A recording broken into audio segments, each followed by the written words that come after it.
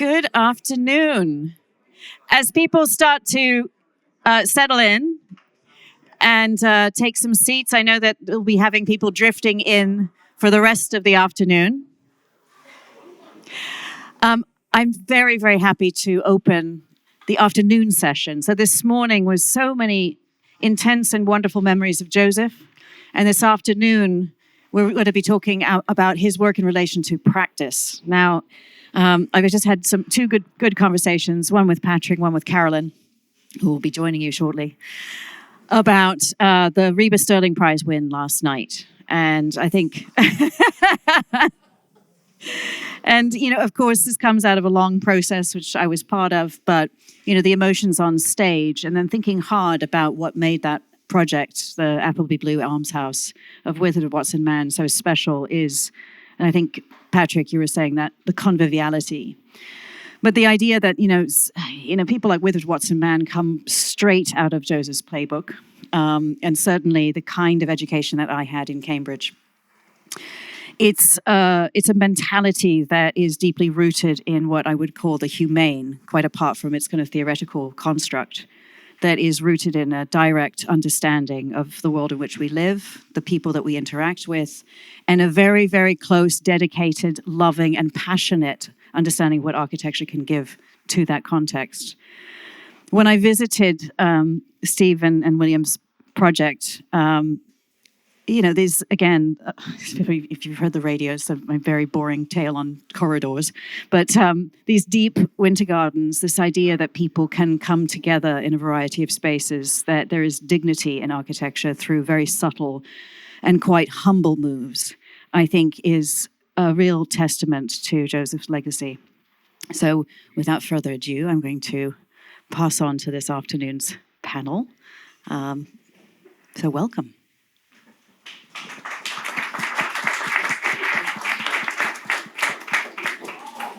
Thank you so much, Ingrid. So just as a follow-up on that, welcome to the afternoon session. And really, I think it's the guests that we will have, the speakers we will have this afternoon are really like an interesting testimony of what does it mean to practice architecture today. It's really like for us, it was very important to discuss and to really shed a light on the complexity that the profession today is actually going through. And I think we will see somehow how Joseph's legacy has impacted the way we really talk about practicing architecture today, that really spans from teaching to building to making, and to writing. So it's really it's going to be hopefully a very interesting conversation. And I'm going to pass the word to Patrick Lynch. Patrick is the director and co-founder of Lynch Architects and also now a lecturer at the University of Cambridge. So going back to your alma mater. So welcome, Patrick.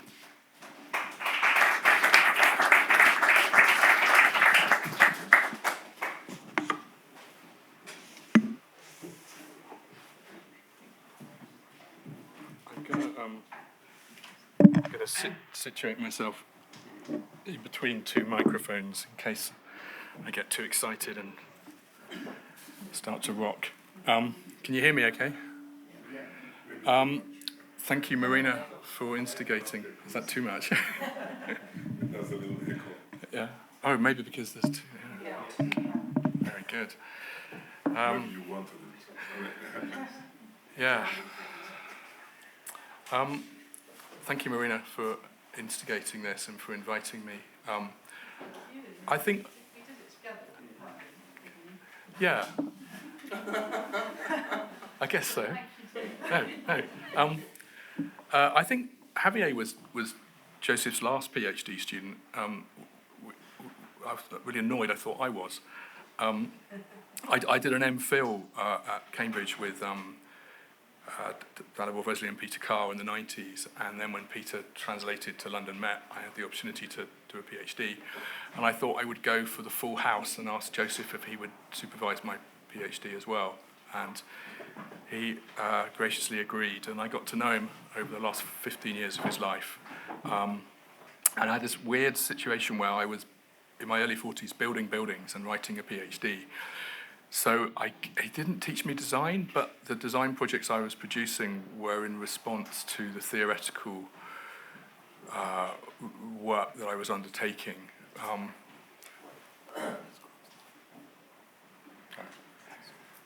So I'm afraid I'm gonna embarrass you all with some buildings of my own composition, and I'm probably gonna be too intellectual for the architects in the room and not enough for the very, very clever people that have preceded me. Marina wanted me to talk about belief in relationship to practice. When Joseph died, she and I, along with Father Peter Newby, who's an architect who turned into a priest. I'm trying to make the thing move, but as usual, technology doesn't like phenomenologists, so having an attitude problem. Should I try that one?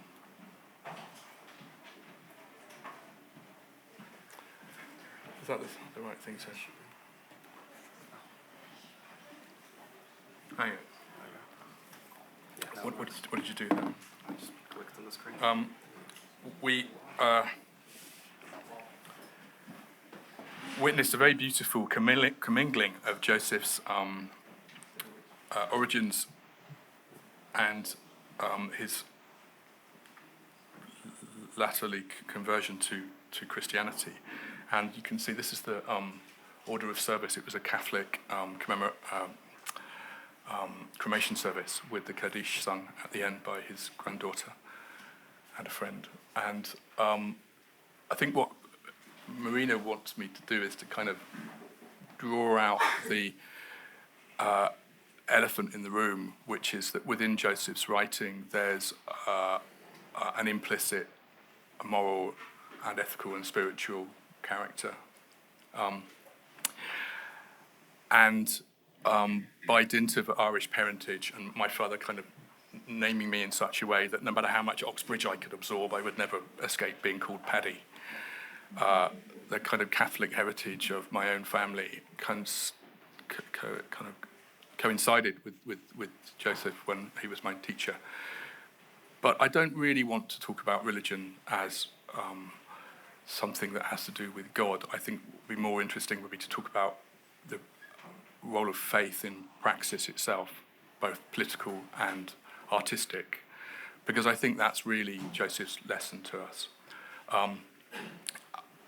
Let's go back. One example of how the elephant in the room is lurking in plain sight, though, is that on Adam's house in paradise, the final line is that this is a promise as well as a memory.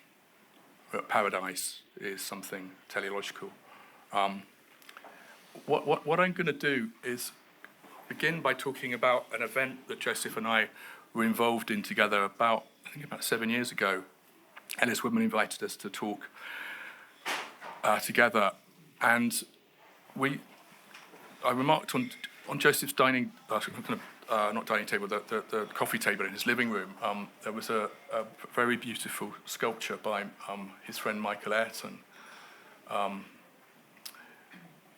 which is called the Maze Maker, and I think it was produced in that period where figures like Calvino and the latter work of Picasso were beginning to look at ritual and myth as a metaphor for the creative process itself, for making as a form of profound cultural poetics. And Ayrton very brilliantly describes the making of this person who seems to be spinning a world into being as divided in the centre. The left hand doesn't know what the right hand is doing, but somehow, miraculously, the imagination allows the left hemisphere of the brain to communicate with the right hemisphere of the brain, if you will, to make things. And Ayrton made this piece as well, which is a commentary, I think, on Plato's distinction between the things that animals make, i.e. bees making honeycombs mindlessly, and the role of the imagination in cultural production.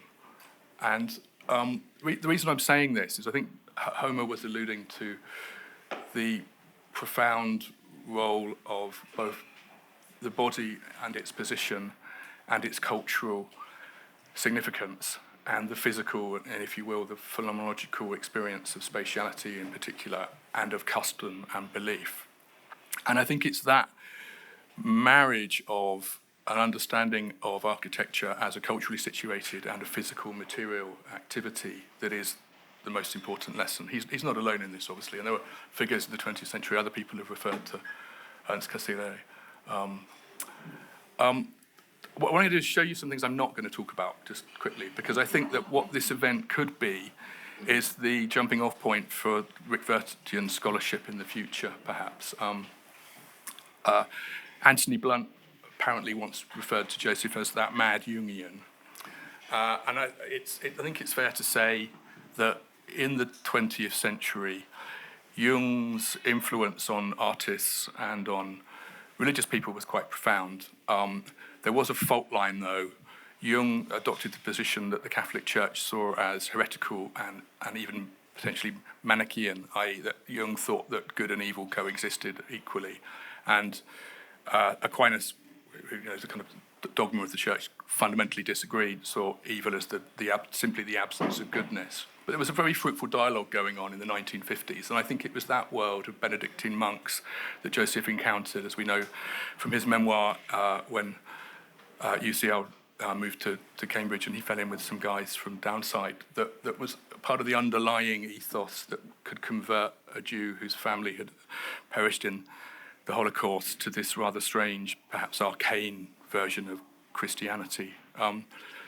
The propaganda we get in England is that the Catholic Church was right-wing. In fact, in most places it wasn't in the 20th century. Following the teachings of Pope Leo XIII, Catholic social teaching was ranged against capitalism, and in fact the Catholic workers' movement in America was profoundly left-wing. I think, as Richard alluded to, Joseph wasn't a Marxist, but he was perhaps an anarchist, but definitely somebody on the left in political terms, but socially conservative, perhaps, in the sense of being interested in the living tradition of meaning. And the locus of that being the city. And this is in direct and total contrast to Protestant thought in the 20th century. Jacques Ellul was a historian of civic institutions in France, and this book basically retells the story of Cain and Abel and reminds his readers that the city is the site of corruption. And yeah. Now, there is another tradition, though, of Jewish thought becoming interested in Catholicism, probably most famously for us in this room, Hannah Arendt's PhD about Augustine's interpretation of love as caritas and charity, the relationship between the city of God and the city of man that he sets forth.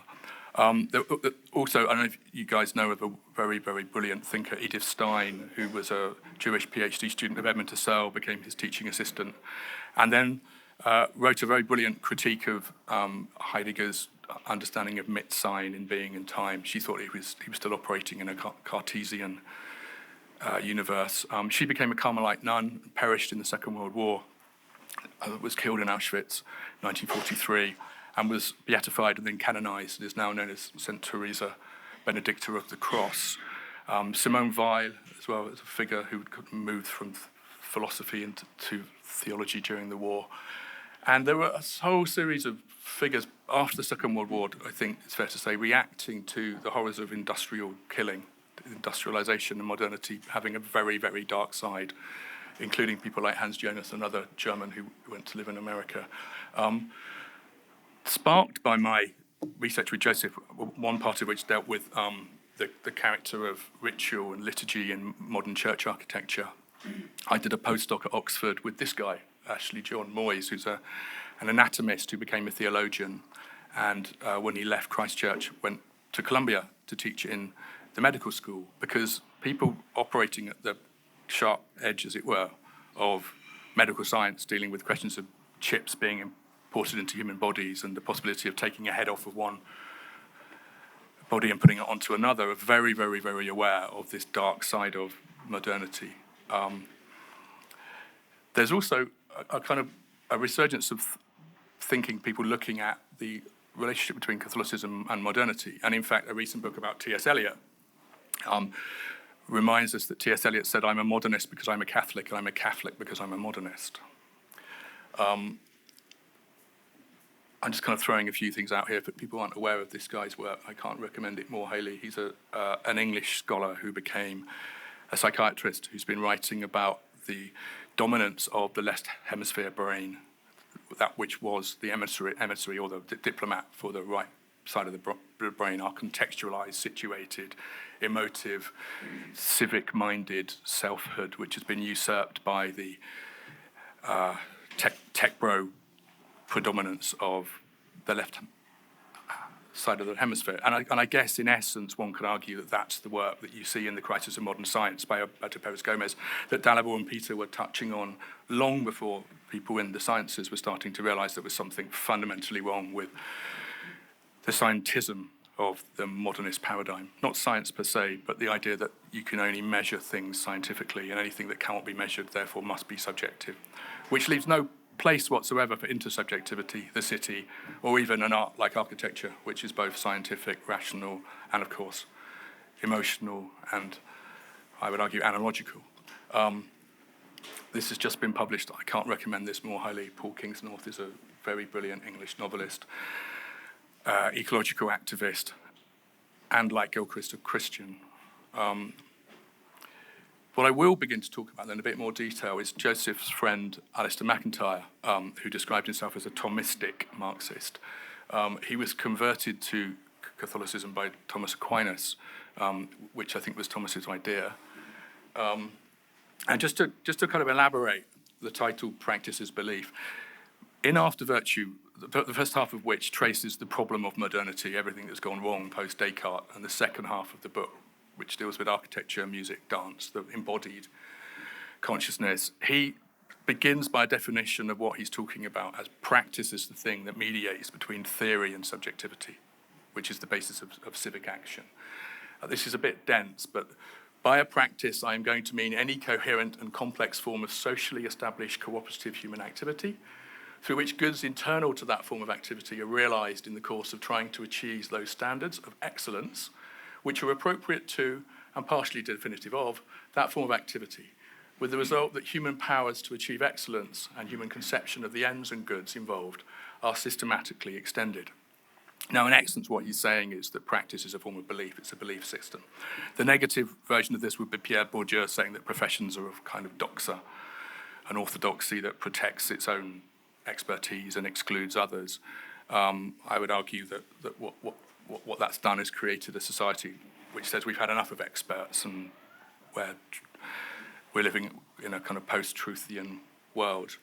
How does this relate to Joseph's work? Well, as I said, MacIntyre was a friend of his, and there was a kind of correspondence, I think, back and forth between philosophy and architecture. But the thing that strikes me most about Joseph's work is that it is a kind of belief system. It's a belief in the artistic power of public life and of the civic or public character of art and of the imagination. And at the end of the dancing column, he says, the metaphor that I've been concerned with is more extended, a double one, and that it involves three terms. A body is like a building, and the building in turn is like the world. And in fact, at the beginning of the idea of a town, he says, the city is not a system, and it's not an organism. If it's like anything, it's like a dream. So there's a kind of enigmatic, kind of parable-like quality to Joseph's utterances sometimes, which I think touch on the character of imagination and architecture as both directed activity, so what he calls the symbolica paradigmata, i.e. the symbolic paradigm that lies behind the relationship between geometry and intentional thought, which in essence is Aquinas' translation of phronesis, practical wisdom, into the virtue of prudence. And nothing that is knowable can exist without participating in both art and nature, moreover, since the very act of knowing is creative. Now, this is kind of, I think, somewhere between a form of theology and philosophy about the imagination, and we could argue the political dimension of architecture, by which I mean its urbane character. And at certain points, this does become quite explicitly theological, and he talks about the ultimate barbarity that Adorno refers to of the plain reading. Adorno wrote a very interesting book called Mimesis, about the role of folk music in Soviet avant-garde music. And if you like, I'm going to return to this at the end. There's a kind of attempt to yoke together folk knowledge, ritual, myth, tacit knowledge, bodily knowledge, and I suppose you could call it taxonomy or eschatology of architecture. And in Adam's House on Paradise, what Joseph does, he kind of deconstructs the idea that Adam's house is a kind of type. And he does it beginning by attacking the modernist myths. So he basically derides Corbusier's attempt to produce a kind of mathematical typological diagram. Says it doesn't get anywhere near what it really means. And what it really means is a promise and a memory, i.e. it's something ritualistic. It's something that involves temporary things and an event structure that can be as simple as, in architectonic terms, but complex in analogical or anthropological, or if you like, imaginative terms, as a wedding ceremony. And I've begun to try to put these thoughts into some kind of order. But in essence, what Joseph is doing, as ever, is yoking together bodily experience and cultural experience. And in doing so, he's trying to reveal that the mechanistic or formalistic or typological misreading of Adam's House in Paradise as something that is an object that can be replicated doesn't understand the character of symbolic activity for human beings. And that involves the idea, however, that architecture and nature are intimately related, and I suppose Alberti would call it second nature. There's a way in which the imagination transforms base materia into things of significance to others. I won't read you this, other than that I love the way he talks about the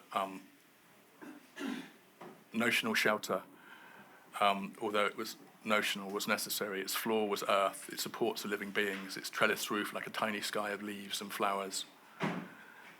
Human nature is in no way discontinuous from animal creation. That right building should also be in some way continuous with nature. Now, this is kind of lurking with an Albertian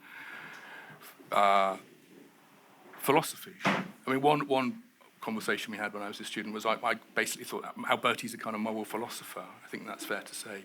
His early books deal with civic life, they deal with the family. And of course, edifices are there to teach us something. They educate us. And it's not quite clear whether Alberti was a Catholic priest. He was definitely an envoy, a papal envoy. He was a lawyer. He was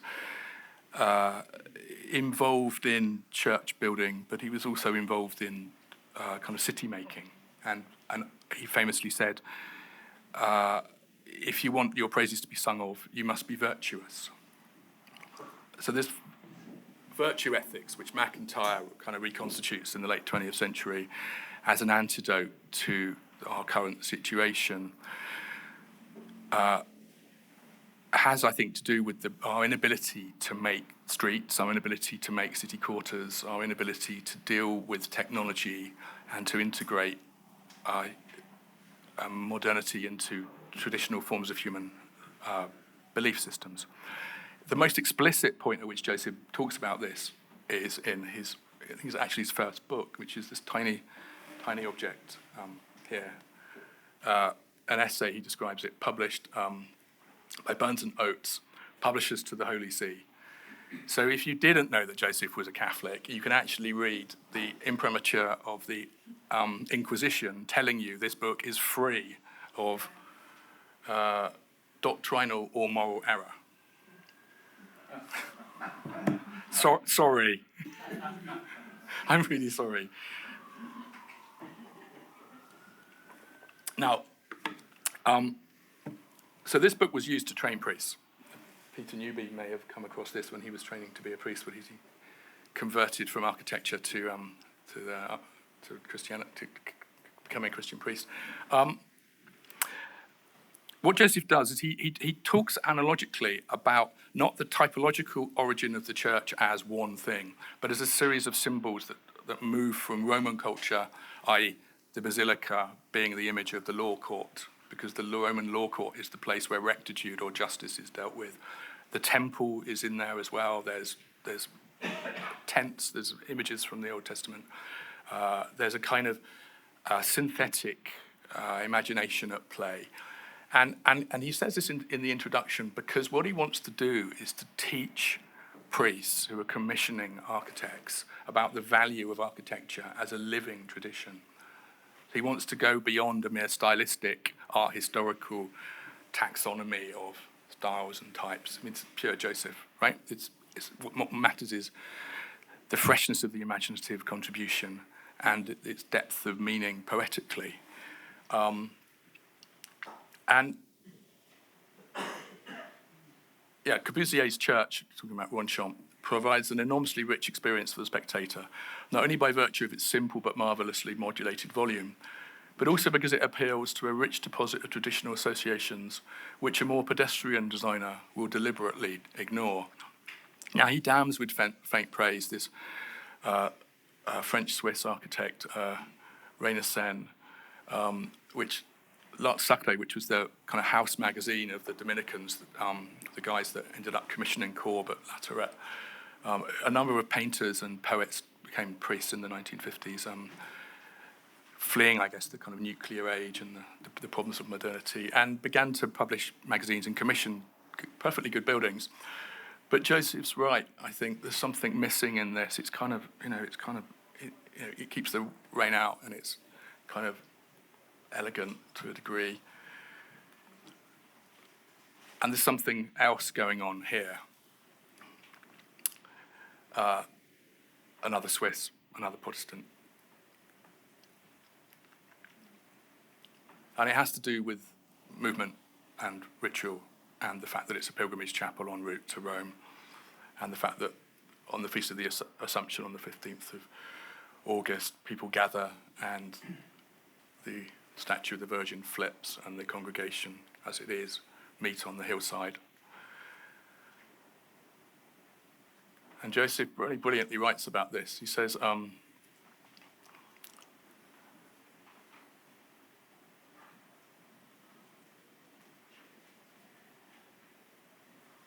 in kind of contradistinction to the tendency of other modern architects,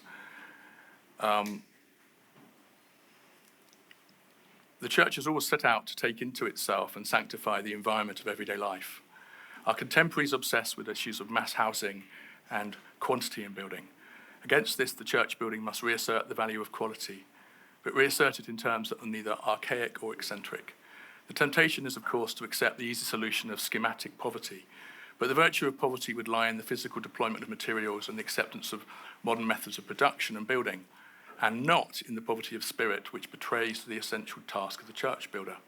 From the very outset, church building has continued the task which all public buildings most preferred for their builders, that of commenting of the nature in the world in which we live, and of mediating between the user and the disorder, the menace of the great outside world. This must always be done in terms which are visually evaluate our environment. That is, the church must to some extent be a standard which our visual experience can be referred to, which also makes sense in terms of our faith. So there was a dialogue between the church building and the rest of the environment.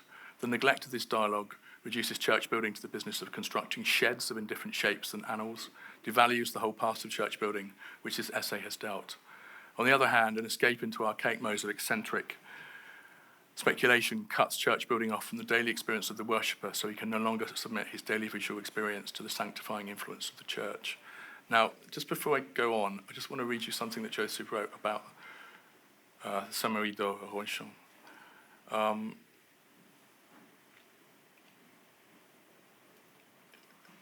It is nevertheless evocative of a whole sequence of ideas associated with church buildings, many of which were discussed earlier on in the book. The billowing form of the roof, a tent, but also in combination with the funnel-shaped towers and the sharp edges of the corner which cuts into the hill, it carries the suggestion of a ship. The light which these towers admit to the interior suggests a catacomb. It is difficult to say how many of these associations were present in the mind of the architect at the time he was working on the building. In any case, none of these features is literally recorded in the structure and appearance of the building. Corbusier's church provides an enormously rich experience for the spectator, not only by virtue of its simple but marvellously modulated volume, but also because it appeals to a rich deposit of traditional associations. Now, what I'm getting at here, as we all know from Joseph, is theory is not a shortcut to success. It's not instrumental, it's not productive knowledge. Something else has to happen in the mind of the creative architect or artist. The character of that, though, I think is worth investigating. One could call it analogical, you could call it synthesizing, you could call it poetic. You could call it poetic as the thing where the body and the mind are united through the act of making, even if the right hand and the left hand don't know what they're doing, as Michael Ayrton's Maze Maker suggests.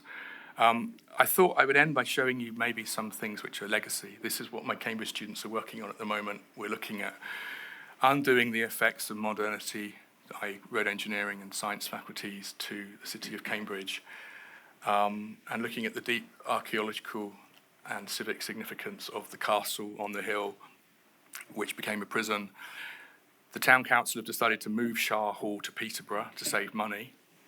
So what do you do with what was the centre of the Roman fort and the Norman fortification? How does the town have an image against the gown if you remove democracy from the locus of significance? We're looking at the market square, we're looking at commerce and crowds, and the market cross as an analogue. The role of disabled access as a human right on top of historically listed heritage cobbles that means people in wheelchairs can't access the site. And I'm just going to conclude, what I'm going to try and do is not demonstrate the effect of Joseph's thinking on me, even though it was happening contemporaneously, but instead just to allude to the fact that the very idea of being able to think about Victoria Street as a street, as opposed to a rat run of traffic engineering objects, I don't think would have occurred to me without having studied the idea of a town. Actually, what we're doing is situated in between a cathedral and a town hall and a train station, Buckingham Palace, the centre of Westminster as a metropolitan borough, and Westminster as the seat of government and the seat of the Church of England. A kind of hegemonic structure or paradigmatic structure of national life, with some quite everyday functions: an apartment building, offices. At one point this had a library in it. And this is an apartment building with a solar facade that means you don't need to use fossil fuels to cool the building, has enough privacy on the lower levels for people to be in their pyjamas or nude. So it deals with questions of decorum or visual amenity, as the planners like to call it. A new public space created next to Westminster City Hall. And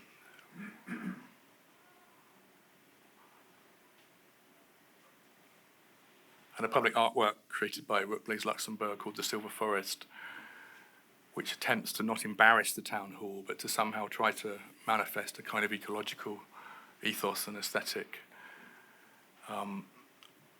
At one point, as you enter the apartment building, the depth of the photograph becomes clear for the inhabitant. However, I showed this to Joseph, and he said, "Does it have to be kitsch?"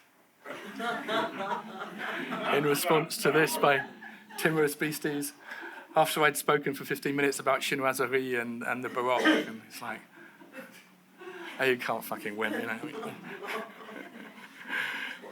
Didn't show him this. Liza Fuhr and I worked on this together. This is another office building. I just want to talk to you a bit about this, which is a disabled access ramp within a colonnade, where Liza placed a bench facing south for the... So the thing which is for the most vulnerable, the most impoverished experience, normally the disabled access ramp becomes the nicest part of the architecture. And then to conclude, a coroner's court that we completed last year with stained glass by Sir Brian Clark, a series of gardens for the users of the building. And the courtroom is in essence a homage to Joseph's thinking, in that Some of you may know his wonderful essay about the origins of the Gilbert Scott telephone box. So when Gilbert Scott put St Pancras Station through London, he had to move Sir John Soane's family tomb in the graveyard of St Pancras Church. And Gilbert Scott felt so guilty about it that he decided that he would commemorate this act in some way. So the red telephone box is a metal cast inside of the portico that goes down to the crypt of the family tomb, and there's one on the site. And when I saw that, I thought, how do we build a new courthouse that doesn't look second-rate next to this rather austere, yet one could argue graciously tall, timber-lined, top-lit Victorian courtroom, a completely secular space, disconnected from the hegemony of the Church of England as the Metropolitan Acts in the 1850s kind of moved towards a modern state, so you can get married in a town hall, register a birth and death there, etc. Commoners' courts are part of this kind of secular process. And I guess what we decided to do, in essence, was to cast the space, like Rykwert implied Gilbert Scott had done to the tomb, and to pick up on these edicular references, both in the creation of a garden of remembrance for the Grenfell fire victims, a doorway that you cannot enter. Brian's stained glass is there to deal with the problem of paparazzi, lens photography, privacy, and allow light to enter, both in most of the rooms in a kind of not light-hearted, but not morbid way, i.e. yellow light and yellow glass. And in the courtroom itself, at the end of the day, when the coroner sums up, gives a verdict, the sun moves to the west and enters through the stained glass window, and effectively is a kind of smear of blood across the room. Nobody in a coroner's court is there because they died of natural causes, and the drama of the momentous occasion when you find the verdict cannot be underestimated. It can be, however, in a spatial, atmospheric, or in terms of temperature, both colour and warmth of the sun made something more memorable. Perhaps the confrontation is painful enough. And within the old courtroom, there's a faience fireplace, a ceramic fireplace with mimosa flowers within the surface of the tiles, which is the symbol of love. So the Victorians petrified that in stone, as it were, and we put them into the Garden of Remembrance itself. And so for me, this thing about architecture being body and world is a kind of statement of a credo. It's a statement of faith. To the extent that I would argue, despite everything that we go through as a profession now, project management being perhaps the most insidious version of the left hemisphere brain's aversion to risk and of the creative risk involved in hiring an architect, especially those of us that read books. What Joseph has offered us is a promise, not just a memory, of architectural possibilities. Thank you.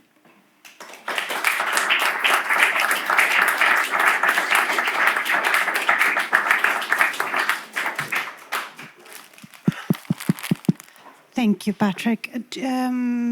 I think maybe, unless there are any burning questions, I think given the time, I think we can move on to the next talk. But of course, if there are any questions, and thank you so much, I think, Patrick, that was very beautiful. And I think it gives a very beautiful idea of like this.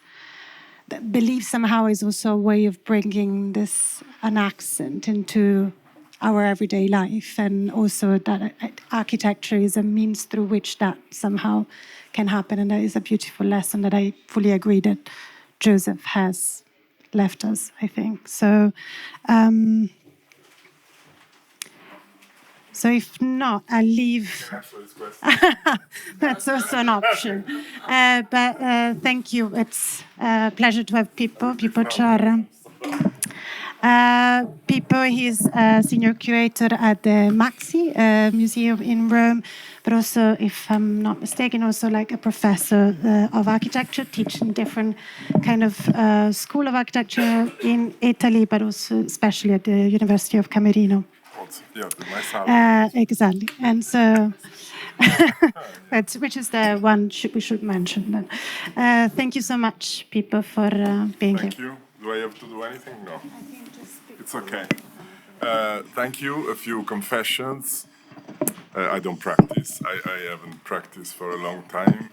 I decided when I then became the curator at Maxi, I decided it would be best not to play too many roles in the game. I generally have too much voice. I started. I also was not a student of Joseph, and I was not so close to him as most of the people here. He was not my master, but I think this was maybe a good thing for him because I was never loyal to any of my masters, as everybody knows. I'm a father killer by nature. So to be a friend was a much better thing. No, I'm more loyal to friends. I love interlocutors. I learned by speaking to people more or less as he liked to do. In the beginning, I didn't know him. He was just a ghost figure in the School of Architecture of Rome, where architects would look at him. It was not, he always had problems with Italian historians. We know this very well, because Italian historians are materialists, anti-phenomenologists.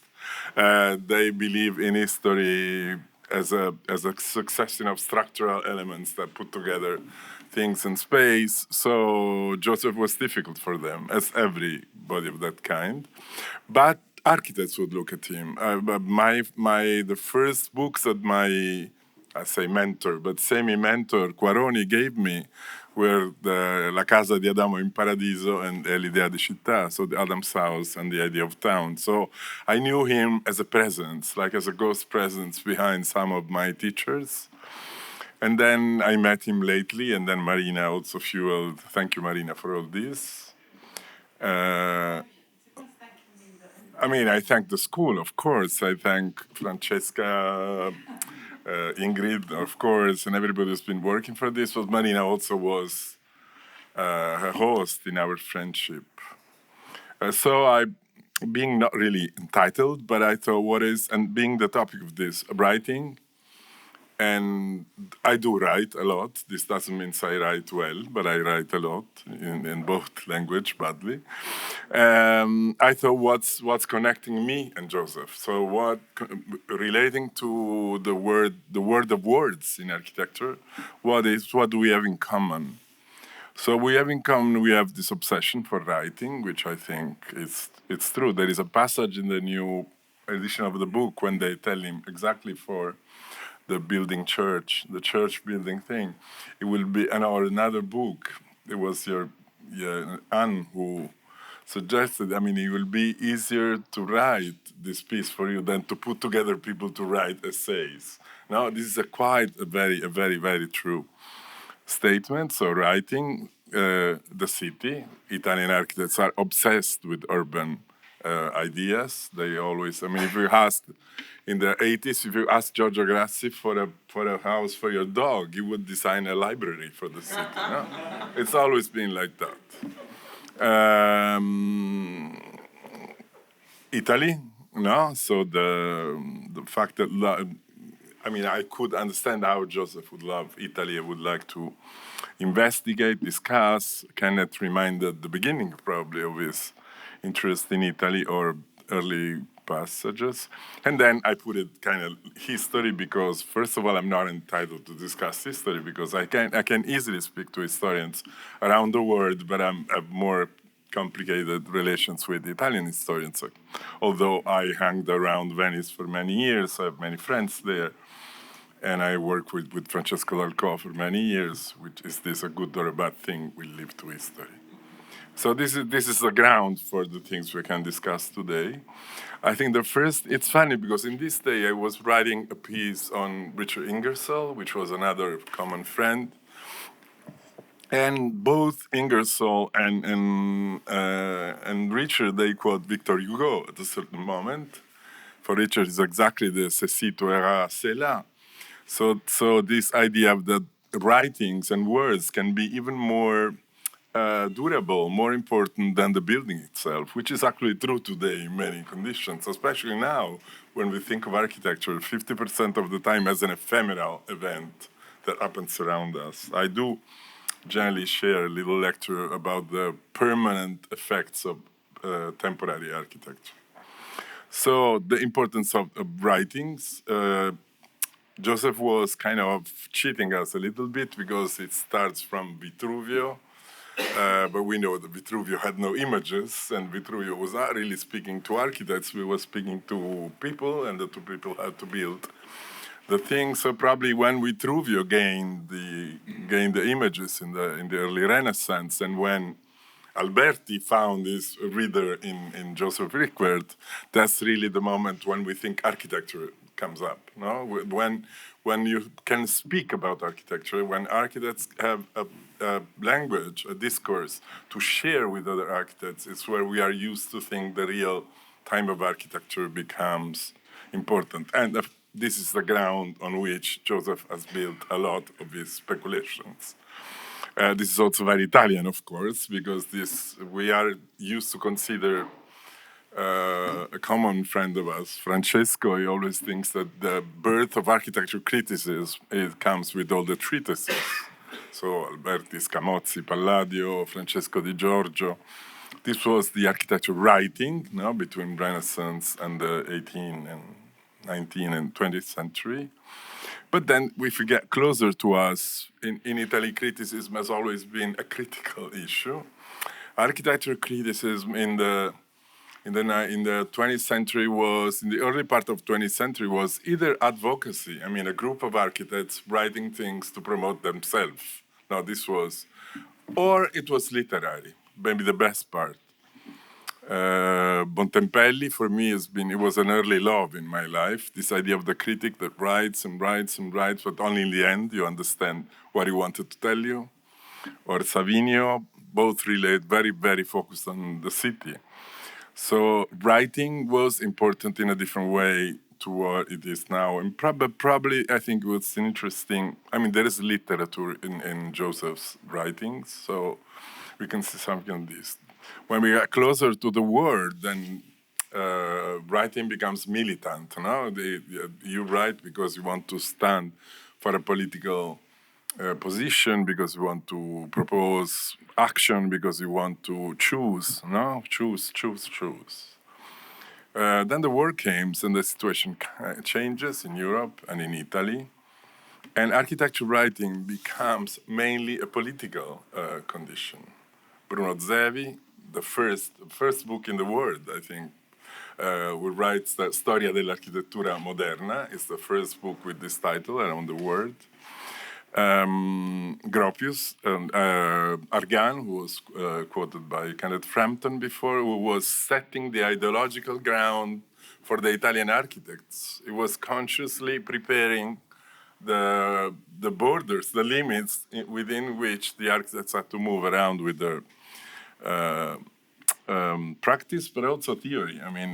In Italy, you can find architects who thought that theory could be a shortcut to success, for sure. And Adriano Olivetti.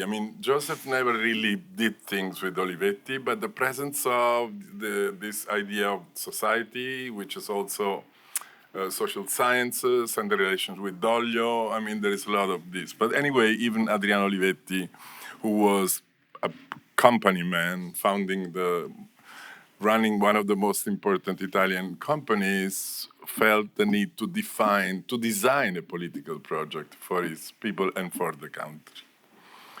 This connection to politics was extremely tight. Bruno Zevi, who spent 6 months in the AA when he escaped from Italy in 1942, I think, I don't remember now, 41, 42. He spent 6 months in the AA, and he writes, well, the AA was not satisfying him, so he wants to go to Gropius in Harvard, and then he did what he did. But strangely, when he comes back to Italy after the war with the American army as a kind of a spy for the Americans in Italy, he opens up a project which is made by a journal, a school, and an association, exactly like this model here, School Association Publishing, APAO, the Association for the Organic Architecture. And this beautiful journal that was Metron, absolutely beautiful. Zevi, I mean, there was a moment Zevi had in his pocket registration cards for 4 parties at the same time. It was Partito d'Azione, Giustizia e Libertà, Socialist Party, and Social Democrat and Radical Party. So he really wanted to be there. But this political stance, this political activist, was not completely useless because it was Zevi, together with Adriano Olivetti, to convince the Americans to put the money into the reconstruction in Matera, Lucania, the poorest spot in the country, where Quaroni designed, I think, one of his best projects, which is the Villaggio La Martella for the people who used to live in the caves in Matera. So this is Quaroni and Zevi at the opening, the too early opening of the place. So politics was the main driver for architecture writing in this country. And of course, not only in architecture, but in culture. In the culture field, the first mandate, the first commitment that writers had was to fight other leftist positions among them. Now, Vittorini against the other writers, or I mean, the internal fight was always stimulating, producing a lot of arguments. This is where the 1960s Italian hegemony, l'architettura italiana comes out. This is young Manfredo and late Manfredo. Manfredo was intimidating. I mean, I was telling Marina that I felt a lot of sympathy for Anne Engel because Anne was intimidating, dominating, strong character, not like all my masters, differently from Joseph, who was a very kind person, always soft, welcoming, and so on and so forth. Following the Argan, but making the Argan approach much more prescriptive, the architecture writing in Italy was based on ideology. I mean, Kenneth has written. I'm even ashamed of speaking about this, but so you were admitted to write about architecture through an ideological filter. I mean, the literature explains this in all the possible ways. Contropiano were architects, philosophers, sociologists, political people like Azor Rosa would come together to design the new Italy or the new world. Cacciari was, of course, supporting them. Progetto Utopia. So this is where these ghost people like Joseph were creating an alternative that was never formalized. No, in Italy, to escape this duality between. Franco will forgive me for the synthesis, but in the post-war Italy, whoever was trying to define an alternative to the duality between the Catholics' right-wing proposal and the Marxist proposal, so terza forzisti, that would call Tafuri, would be killed in a minute, like Olivetti, like even Quaroni and Zevi, I mean, all these people. So it was very difficult to sneak in that situation. And architecture was the avant-garde. I mean, all my generation went into architecture school for political reasons, not because we thought we had talent. And in fact, it's on the stairs of the architecture school that in 1968 riots start in Rome, in the fall of 1968. This was not only words, it was not only theory, it was also actually designing people, the power of assigning projects. If you read the worst Tafuri book, which is Italian Architecture 1944-1984, he says that now the most representative urban projects for the country were the Galatese by Emonino Rossi, the famous 1.2 kilometer Corviale in Rome, Zen by Vittorio Gregotti in Palermo, and De Carlo Villaggio Matteotti in Terni. If you then made a poll in these 4 cities, which were the neighborhoods they most hated, you would have exactly the same answers, and everybody was right. It's not that Tafuri was wrong and the other people was right, but there was this I mean, this ideological approach was creating such a distance between the world of architects and the society itself. The society they were proposing to save was very, very far away from the architects. I mean, this is why when I came to the Maxi, when I became a curator at the Maxi, I tried to, I say I want to do exhibitions that bring architects and the world together. No? So I did recycle, food, energy, all things that could be understood or positively misunderstood by the audience and be addressed by the architects.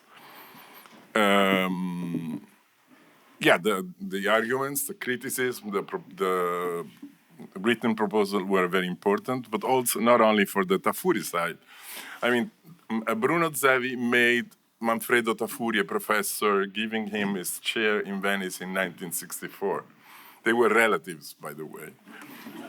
No, but I mean, it's not. Tafuri deserved it, of course, but especially Zevi didn't want that chair to go to Benevolo because Benevolo was a Catholic and standing for the wrong party. So Tafuri gets the Istituto di Storia dell'Architettura in Venice. Zevi goes to Rome because he thinks this is the political moment to be in Rome. The way the Americans get convinced that you can have a coalition government in Italy that involves the Socialist Party was a tea meeting in Bruno Zevi's wife's house in Rome between the Kennedy representative, Schlesinger, and Pietro Nenni, the head of the Socialist Party. So the architects were so close to the political life of the country that things happened in their houses, actually. So Zevi moves to Rome to think this is the moment, I want to be close to the institutions, and Tafuri takes over in Venice. In 1964, they'd already hated each other forever, because Tafuri was accusing Zevi of doing la critica operativa, operative criticism, so criticism that would influence directly the architect's work, which Tafuri was also doing but never confessing, yes.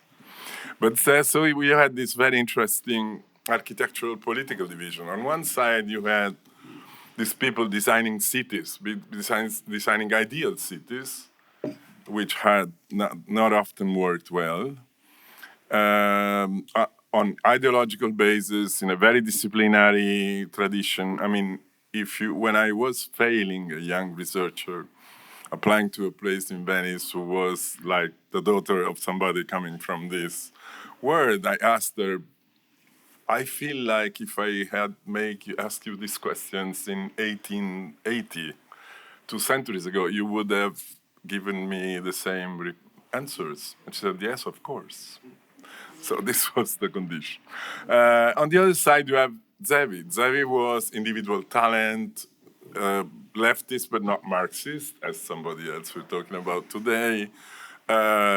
Geniuses around him, these crazy people, always drunken but inventing incredible projects that nobody knew. When if I am allowed to quote, when I gave this book to Kenneth in a Biennale many years ago, he looked at it and said, why did we know these people before? Why we have not seen these architects around? Because there was like a confinement, a block.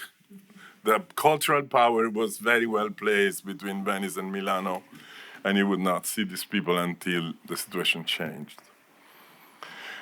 At the same time, why would Joseph be attracted to Italy? Italy was the place for writing architects. Now the best journals were being published in Italy since the end of the 1920s, and they still, Lotus now is more or less dying, and we are all very sorry. We acquired the archive of Lotus at the Maxi. So this was the place to be if you wanted to be a writing architect in the most important stage for writing architects. This made, and Jean-Louis has told us this story for many ways and many times, how this connection between architects, sculptors, politicians, social sciences, philosophy would make the Italian architects a power in the architecture world in the 1960s, 70s, maybe a little less in the 80s and later on. So how could Joseph stay away from something like this? He had to be there. He had to be one of the voices. He argued. He advocated for criticism. No, there is this little book I'll show you later where he explains why criticism is important. But the problem was that Manfredo Tafuri would reply, there's no criticism in architecture, there's only history. No criticism, no theory even. I saw some beautiful old pieces written by Joseph and by Kenneth going through the early numbers of Design Book Review, a really wonderful journal. There is not such a thing as criticism, but it's only history. What usually is passed off as criticism, the things you find in architecture magazines is produced by architects who frankly are bad historians. And I was trying to be a critic in this situation in my life, but I could never say it. And I started my useless things by opening a column of architecture on a snobbish leftist, super leftist newspaper called Il Manifesto when I was still a student in 1980, 81. So I could never tell, and then I became a writer for Electa Books, but I could never tell I was a critic. I mean, I write things, I would say. I would not really confess I was trying to do criticism. So the tone of architectural literature has to be, and of course, if you speak to a Venice historian and you say the word theory, he jumps back and he says, what? We don't do theory, we do history. And of course, there was this question in this morning. I mean, every Italian historian at this generation, and mostly now, is an architect, which I think is something to defend, honestly. All Italian architectural historians were trained as architects before becoming an historian. But they had to graduate with an historian, of course. So when I was failed in an attempt to get a PhD grant, luckily in Rome, there are some lucky losers, no, in life. In Rome, and then I was accepted in Venice. I could not go with Tafuri, Dalco, and company because I didn't do a graduation project in history. So I went into the group with Aldo Rossi, Grassi, Polesello, Tentori, and all these people. So they're close but different. So in this situation, there was no room for phenomenology, no room for iconology. No, this was the situation. So for us, it was like looking at these books was like looking at porno journals. No, so this was secret things we were looking for to turn around the power, basically. And Panofsky was so interesting. And my I have to say, my mentor Quaroni was very attracted by the Warburg atmosphere, the German philosophy. So Selmayr, now we were ready to lose the center at that time.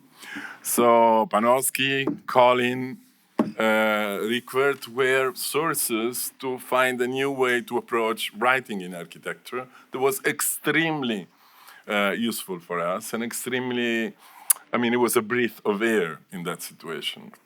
Although everybody was leftist, but this is not important. The war among leftists, as we know today, even better, is our first task in life. The Spanish War syndrome, no, I would call it. So this was the situation, and so Joseph's book, especially these ones, were very, very famous in Italy, very well known. I think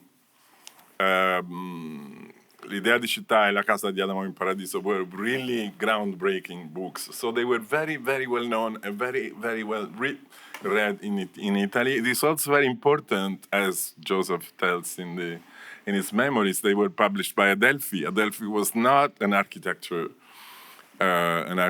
publisher. Yes, he had published Adolf Loos and a few other things, but it was a very sophisticated, rather Jewish, intellectual publisher that selected their authors in a very serious way. And The First Models, which is actually my favorite book, even if you accused me of not reviewing it well once. I mean, I went for dinner in their house, and after a while, Anne Engel goes back in the other room and comes back with this Xerox.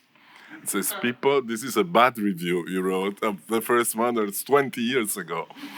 And I said, "Well, it's not really bad. That's what I can do now." I told her, yes.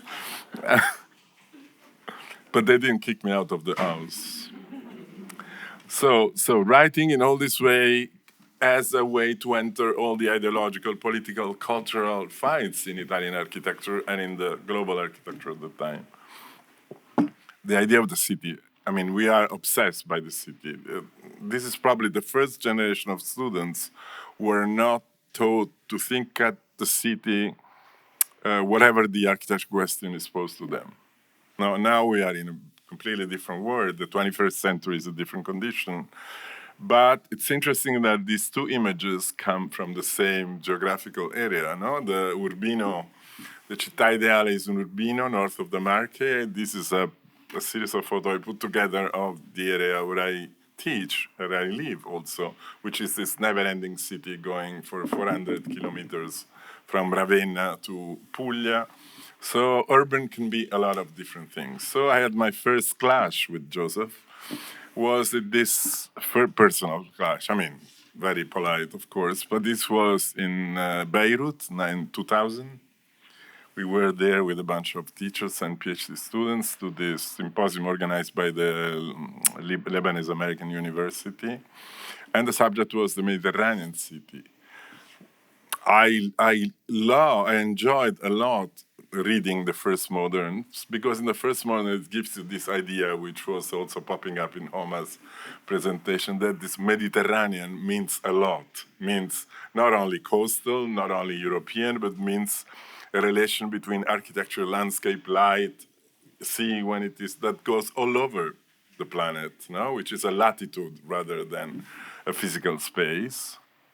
So that's what Joseph was having in mind. I was in that moment in this group of hyper-metropolitanists. We would love the informality. We were in love with chaos, with everything that was disruptive in the end. I have to ask to make amends for the younger generation, because we were so happy to destroy everything in the end of the 20th century. We were consuming ideas and things at the same time. So when we end up in Beirut, Joseph had in mind this kind of Mediterranean city, where I had in mind this kind of coastal urbanization. So the discussion was very interesting, but we became friends out of that, so that was good. But this idea of building and writing the city has always been the driver for us. It was like that in fascist time, with Piacentini designing this beautiful master plan for the campus, the university campus, where Piacentini was a smart guy, so he designed this basilica plan, but then he invites Pagano, invites Ponti, invites Michelucci, all the best modern architects to work for him. But the city is still the matrix for Aldo Rossi's project for the cemetery in Modena, no? The city for the dead. I mean, whatever you ask them, they would do a city. And I think what Joseph has been doing, I mean, I am a kind of a Wittgenstein. Wittgenstein is not a good reference for Joseph, but Wittgenstein says, "No, I always have the same thought," and Aldo Rossi say, "I always do the same project." Somehow, I think the center that always pops up in Joseph writing is this search for the origin. Somebody said it already. He's looking for the origin, putting together whatever he finds along the way. And the origin in this case, of course, this has been already said, so we don't waste time here, was the Roman city, this kind of dialectic relationship between Rome and the Roman camp that were made for the soldiers. Rome is complicated, but anyway, it was a very interesting. It makes clear the way of thinking Joseph has when he thinks of the city. Also, I like the idea that it started writing the idea of the town, talking with the guy coming from the Olivetti group, no? This Carlo Doglio and Ivrea. It was maybe one model of a different way of thinking of the urban space. Those of you who haven't gone, I would encourage to go before this heritage gets lost, because some of the most beautiful buildings from the Italian last part of the second half of the 20th century are still there and still very beautiful. And I think the sum of all this was very clear in the first. I really enjoyed this book because it took me around. I was studying Islamic architecture when I was young. It took me around, and also this freedom of accessing history that my friend's historian would never allow me to. So that's what I learned from Joseph as an architect, as an attempting architectural writer, let's say. So Joseph, after UK and after America, he also chose Italy. And it was interesting that he chose Venice. I mean, Joseph's house was in Venice, where you could have beauty and violation of beauty in such an interesting, incredible way. This is a Berengo Gardin photography. And I think Venice was exactly the right place for him. No? So he could just stroll around, forget Ruskin, design a new Ruskin, and understand the contradiction that my country bears in a very strong way. He is, for me, part of this group of, all friends I've lost in the last year, so people are very, very, very attached to Italy. It's interesting what connected Joseph to Italy. Alberti, there was a beautiful presentation before.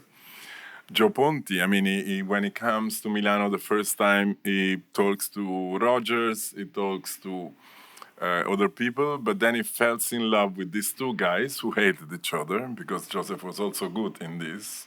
Joe Ponti and Gregotti. Gregotti and me also, we had some clashes, especially when I failed all his assistants.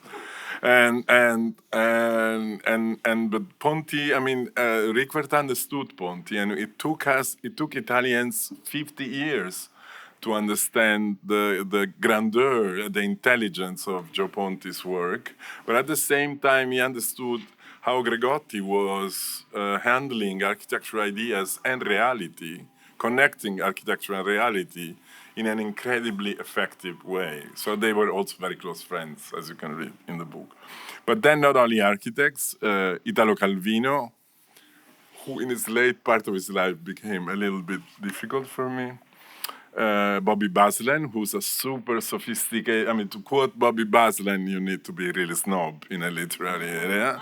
He's this kind of in Trieste, this Middle European, Italian side, inspirer of the Adelphi. It's one of these people who writes basically nothing in life, but is influencing everybody. And Roberto Grasso was his interlocutor to work with Adelphi and so on.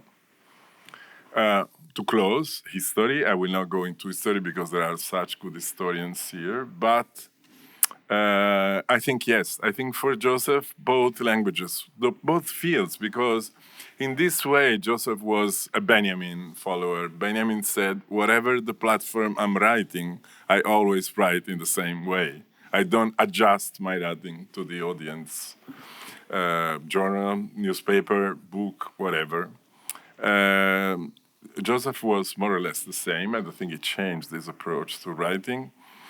But it worked well in both cases when it was real historical discourse about an architectural elements, and so the architectural order and all these things that we need somehow to keep in mind. But at the same time, he was participating to this collective book together with Jean-Louis and François Fromenot, selecting one critic writing for every country in Europe. So this idea of European architectures, another utopia, where his contribution also in the book is why criticism. So it's quite an interesting, simple, short thing. he was attracted to, I mean, he doesn't easily write about buildings in his writing. He doesn't easily write about contemporary architects' work, but he had some clear affections, no? The Mole Antonelliana, it was a clumsy, incredible building that was not popping up in any architectural history before Joseph started to like it. So he had loves and hates, I think, in architecture. But of course, I'd like to close on Rome, because Rome was, together with Venice, the perfect stage, I think, to challenge, stimulate, make his mind productive about the complexity of what a city is to architecture. I mean, Nolli drew this plan in 1746, I think. At the end of the 18th century, Rome was 25,000 people. The Roman Empire was 1 million people. The whole thing was filled. Roman in the early 19th century was 25,000 inhabitants. I mean, less than a village today. So the Nolli map is very interesting, but you have to imagine these things becomes something completely different in the past. But I think it was a great palimpsest for Joseph, together with all the other things we heard today, to develop his architectural ideas. Grazie.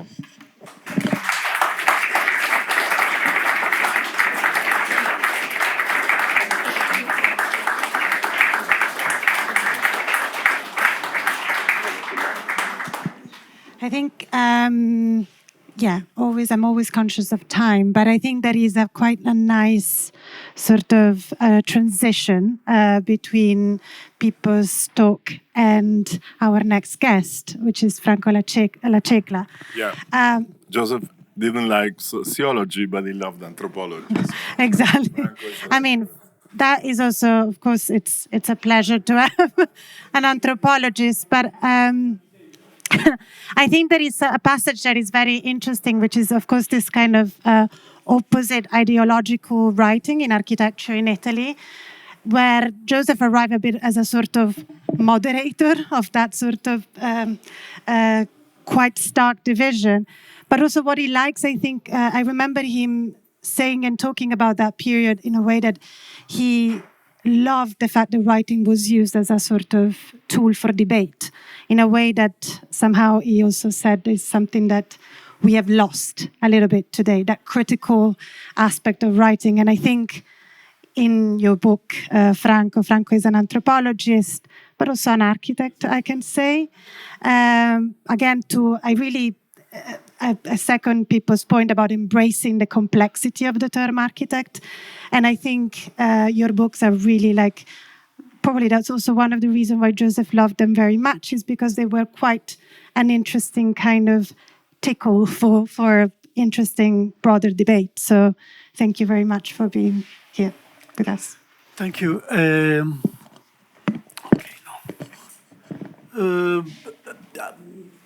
I will start with this picture, because in this picture you have a close friend of Joseph, that was Carlo Doglio, that has been quoted.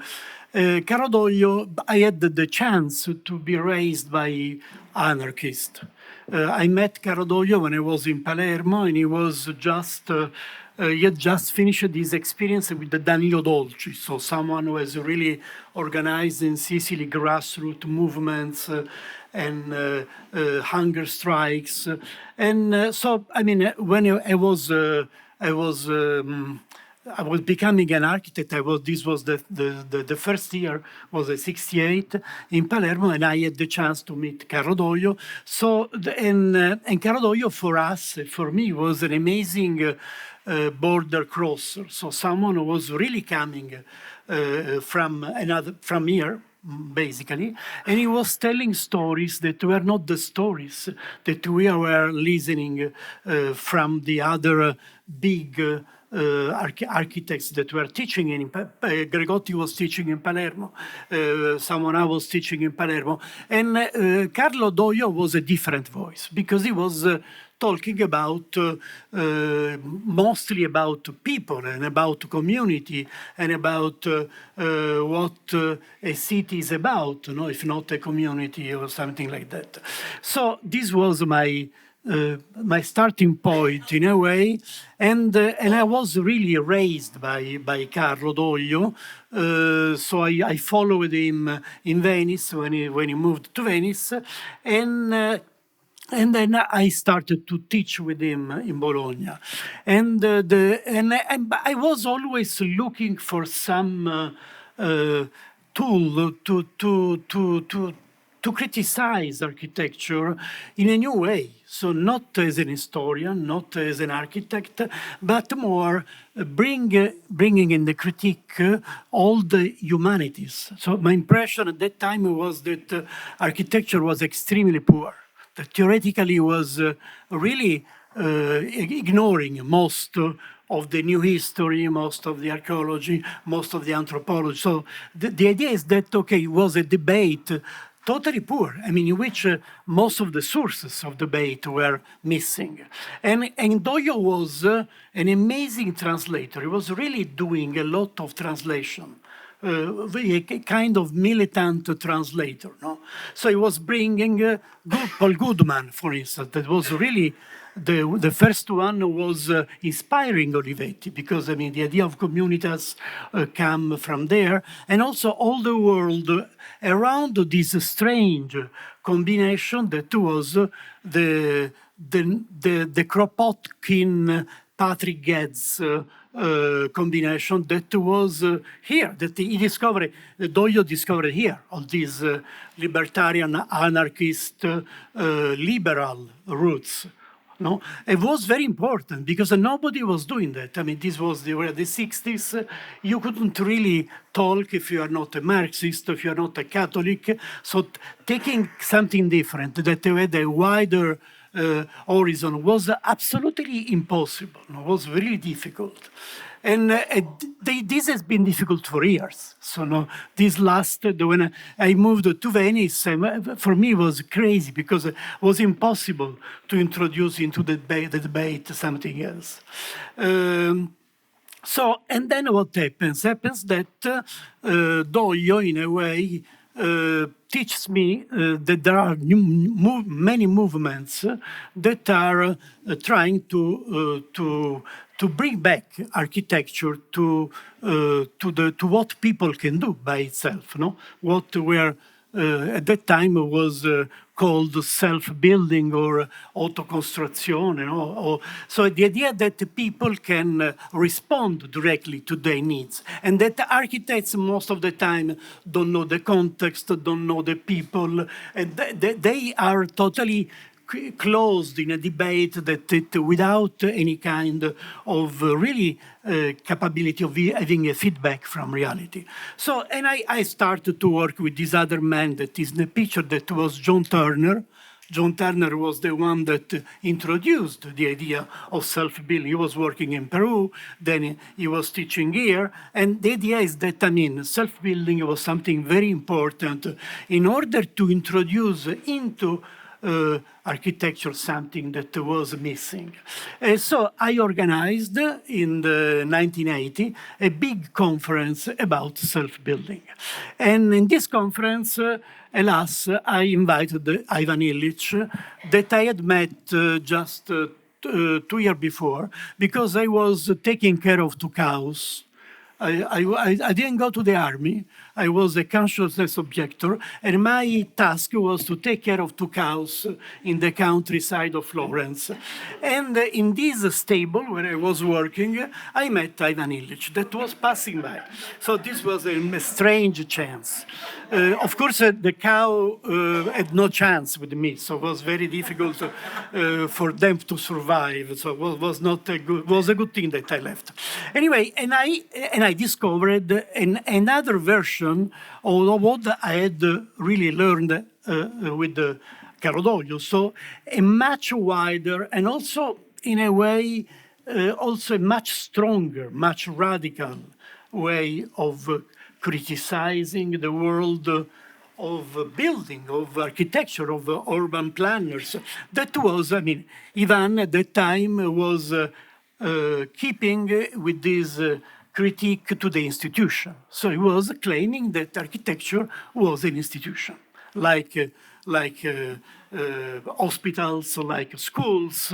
So the idea is that was an institution, and as an institution was exploiting people from something that was very important. So the idea of having the power on their own space. So this was, and also, of course, Ivan being another kind of cross-border. He had lived in Mexico, in the States. He was working with the Portuguese, with the Puerto Rican community in New York. Also, he had this amazing idea that, I mean, most of the people in the world don't need architects. You know, they do by themselves, and they do very well. So the idea is, how can I work? And Ivan invited me to work with him. So to work on a project that he was doing in Berkeley, to criticizing the way of inhabiting, to criticizing, I mean, the way of life of the Western world. Mostly, he was preparing a critique to gender, so he was writing gender, this book in which he claims that capitalism has been possible only homogenizing men and women, no? In a way, destroying the difference through the idea of the new idea of work, of labor. So my part in this research was doing something about male and female space. So the idea, what happens when you destroy, this peculiarity of two different spaces. Anyway, and I went with him to the States. I went to Berkeley, and we started to argue most of the time because he was a very strong, very authoritative person. But anyway, this conference was fantastic. Giancarlo De Carlo was there. Most of the self-builders in Europe were there. There was Renzo Piano was there. There was an amazing collection of people, and but also the world of architecture in Italy was totally against. So we had a terrible review on Modo.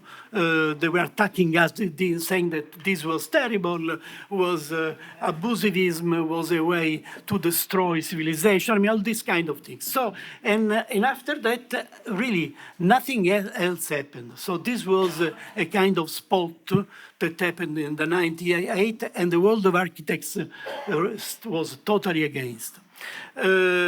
Okay, after that, I have some other picture, maybe.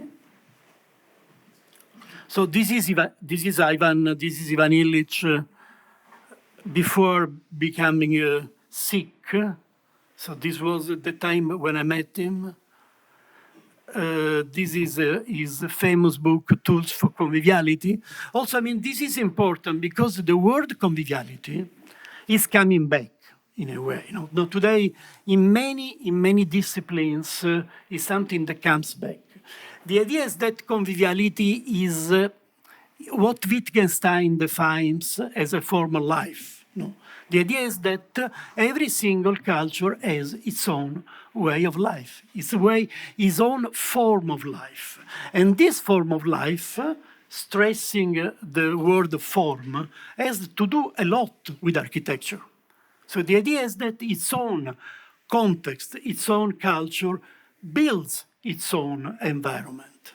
This is, and basically, the idea is that you can do that through this idea that, society are able by themselves to respond to the idea of inhabiting a place. There is a competence of societies in building their own environment. Okay, so we tried to do this in Berkeley. This is Ivan at the conference. There are very few pictures of Ivan.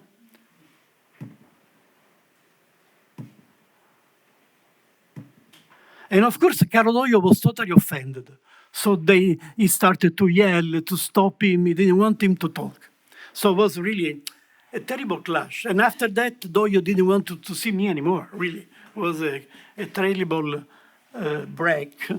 So what happens afterward?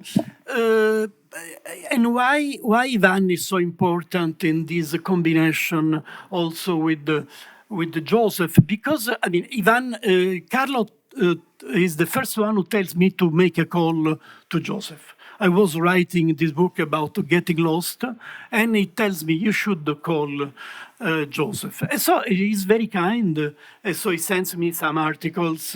He tells me to read The Idea of Town. So I never met him at that time, but then I will meet him later. Yeah? And but then, you know, I knew that Ivan was a strong reference point for Joseph. So there was a kind of ongoing dialogue. I think that in a way, the combination was really through the experience of Olivetti in Ivrea. So because they were the same ground, they had the same ground. So the same ground was the idea of communitas, the idea of this kind of libertarian way of thinking at society. So non-Marxist, not also not confessional, not Catholic, no?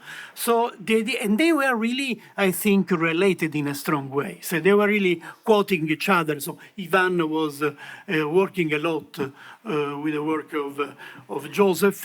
And then Joseph was really, then Joseph met Ivan. They were teaching in the same place at Penn State. And I think that was a very strong mutual influence at that time. And they had this idea, I mean, what made them together is that Joseph was thinking that Ivan was a saint, that his way of being so radical, so brave, was being a saint. You know? When Ivan died, I organized in 2003 a conference about Ivan Illich in Bologna, and he came. And his speech was all about how Ivan was a saint, was someone that was really able not to in a kind of Prometheic attempt to criticize the institution. In my opinion, in a way, Joseph was following the same path in a much more quiet way. But, I mean, what Joseph has done, he has taken into the world of architecture the humanities, as nobody else has done it, no? So he has really widened. So not only he has taken the real history, not the art history of the history. So I mean, all the contribution of the new history, of the history of mentality and all that. You know? But also, I mean, what he has done, he has really shown that architecture is a human science. Architecture is part of humanities. As urban planning, as urbanism. So, I mean, it's the crazy thing is that on one side, this is true for Italy mostly, but not only. On one side, architecture has become a kind of useless way of defining a kind of aesthetic for the city without any roots. I remember when the Twin Towers were hit, and there was the big context to rebuild for the project, Rykwert, Joseph told me, you know, there is such a lack of symbolism. Nobody knows how to use symbol. In order to make a skyscraper that reminds the tragedy, you make something that looks like a knife. I mean, this is crazy, no? So the idea is that there is such an ignorance about symbols. Architecture has lost the way in which forms are connected with meaning. And it was very clear in this sense. So there is such a kind of reductionism inside modern architecture. Very, very few forms, very poor vocabulary, of forms. And in this sense, I mean, what he has done is amazing because he has really taken anthropology into architecture, but anthropology not in the structuralist definition of it, so Levi-Strauss, but more really in the latest idea that in order to know humanity, you have to know the humans, you have to know the cultures. That there is no such a thing like humanity, there is not such a thing like a need, or such a thing that defines ways of life. That in order to understand what life is, you have to know all the different ways of life. And this was, I think that Joseph, under this point of view, had an amazing culture, an amazing capability to absorb what the human science were really bringing into this world. Okay, I think that let's go back to Ivan. Ivan was an amazing thinker as well. No, Ivan was speaking 23 languages, and he was of course a ruthless person because he was born in Dalmatia. Then he was raised in Vienna. He had a grandfather that was a rabbi. But he had this amazing capability of having such a wide horizon. No? And the problem is that he was really trying in a very strong way to push things. No? Was a radical struggler. And at the end of his life, he was attacked by all the people that, because his strategy was to attack friends, to attack the people that were possibly the allies to him, no? So when he went to Berkeley, feminists attacked him, but also people of other, even people of the environmental design. So he was not understood. And his message didn't really get through. I mean, I think that right now, if there is, someone says that this is a Deleuzian century, and I think that is much more an Illichian century. What he has said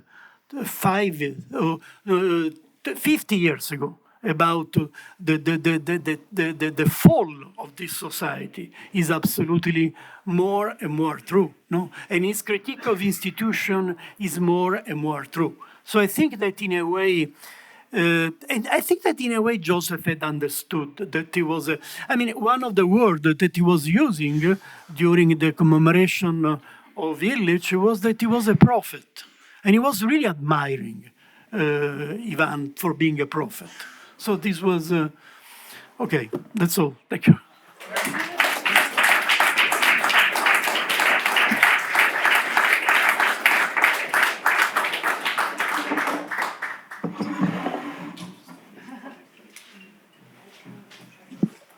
Thank you very much, Franco. I think there is really a lot that we can unpack, and also it's very great to have an anthropologist and an architect. I think Joseph would have been very happy about that. But I think we can all agree about really that bringing like that sort of legacy of Joseph of bringing the humanities into our discipline. And I think again, probably that's a very nice transition for you, probably Liza. I think it's for the work now that we'll see, and the work that actually Liza Fiore, as a co-founder of MAF Art and Architecture, Liza also is an educator as well. She teaches at Central St. Martin's, and I had the pleasure to collaborate with her in my teaching a little bit, and I think it's a very nice way also of seeing a little bit that sort of presence of people and that sort of humane aspect of architecture. So thank you for being here. It's a certain sort of avant-garde academic. I don't go to that many conferences, but at this point they tell the audience to stand up for a moment if they can and just have a shake. Okay, we can do that. And I was a little bit shy the first time as I was being asked to stretch. So actually, you find it Great, I love it. Do you mind? I find myself feeling a little better for it.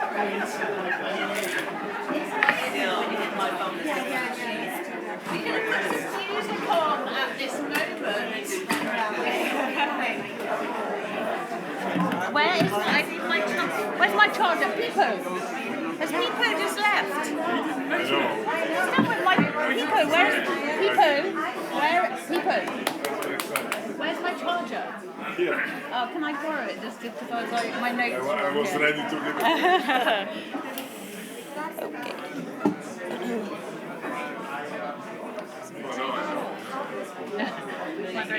My very short charger. Okay, and then everybody has to sit down again. Everyone has to sit down again. I'm so sorry.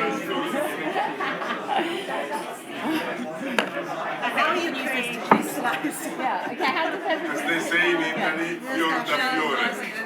You shut up. You do it. What do they say in Italy? Fior da fiore means the best of the best. Flower from the flower. How do you sit down? Fiori. I love it. Okay. Can we all sit down for Joseph now? Yes, please, if we can, we stretch our legs enough. I mean, we have a break anyway before going into the round table, and so we can actually have a proper little wandering around. So, thank you. Okay. I did like this. Okay. So firstly, I can't begin to say thank you to Marina for suggesting me, even though I cursed myself for saying yes. And then as I started to think about it, I realised that I've been carrying Joseph with me for decades longer than I knew him. I met him when I thought I was rescuing him from a very noisy party as he propped himself up against Paddy Lynch's worktop kitchen. Terrible acoustics, it was extremely noisy. But in fact, my copy of the translation by himself, Robert and Neil Leach, when I opened it, out fell a page, a library card from the AA from decades before. Because when I taught a unit here, I began with the separation spatially of gender. But in fact, that copy of Alberti, which it wasn't just a translation because it appears again and again, references appear again and again in the other books.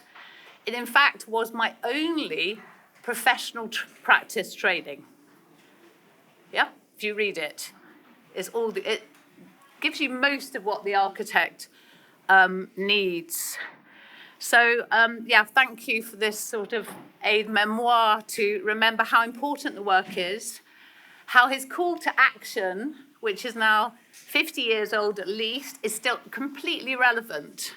And the good thing about very few students being in this room is when we share the work and what we've learned today, we'll seem super clever. So that's a plus. I'm going to intersperse with some quotes. So this is how it's not just professional practice, the translation of the Alberti, it's also a reminder. You know, it's a reminder to look at the obvious signs in reading a site and developing your brief, but also the hidden ones. And this plays out in both my practice. I'm one of Muff Architecture Art, based in London, but also teaching. So teaching students to read both the physical fabric of a place and its uses. Neil Hobsbawm was an excellent critic to this drawing done by 5 students over a week in Hackney. But also reading carefully what isn't made evident by your clients or by politics. So on the left is one of those visions that he decries, the danger of promise, without the unintended consequences of what those projections do, and the danger of treating the street as a mere frieze of decoration at their base. Useful if you find yourself on a design review or being seduced Just going to keep going because I've got my little comments here. Sorry. Yeah. So that's the professional practice. So as you go through the translation, as you move through each of the books, the advice becomes more and more pertinent. And my only other actual training was most of a 1 week of seminars for part 3, which I didn't complete. But actually, the translation takes good care of you. And it's one that we practice, like people practice each day in our own studio.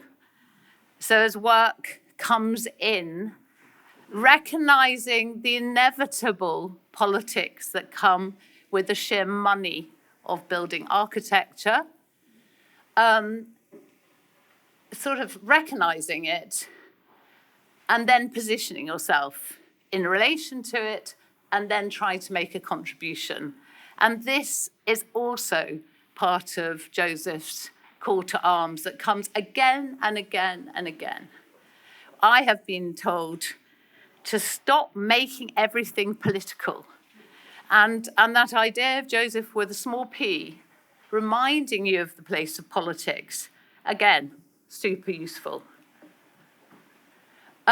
So in On the Streets, I was invited today particularly to think about streets and the way that streets are made collectively.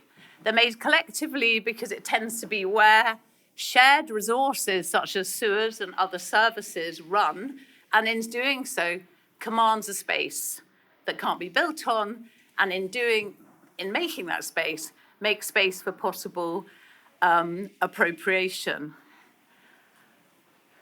Also, that streets need to be brought into being by citizens. And in that essay, The Use of History, what's it actually called? I have to remind myself. Yeah, The Street, The Use of History. There is the description about, it starts with a path, but it has to be collectively recognized. And that it's made incrementally, and there's different ways of making it, including playing.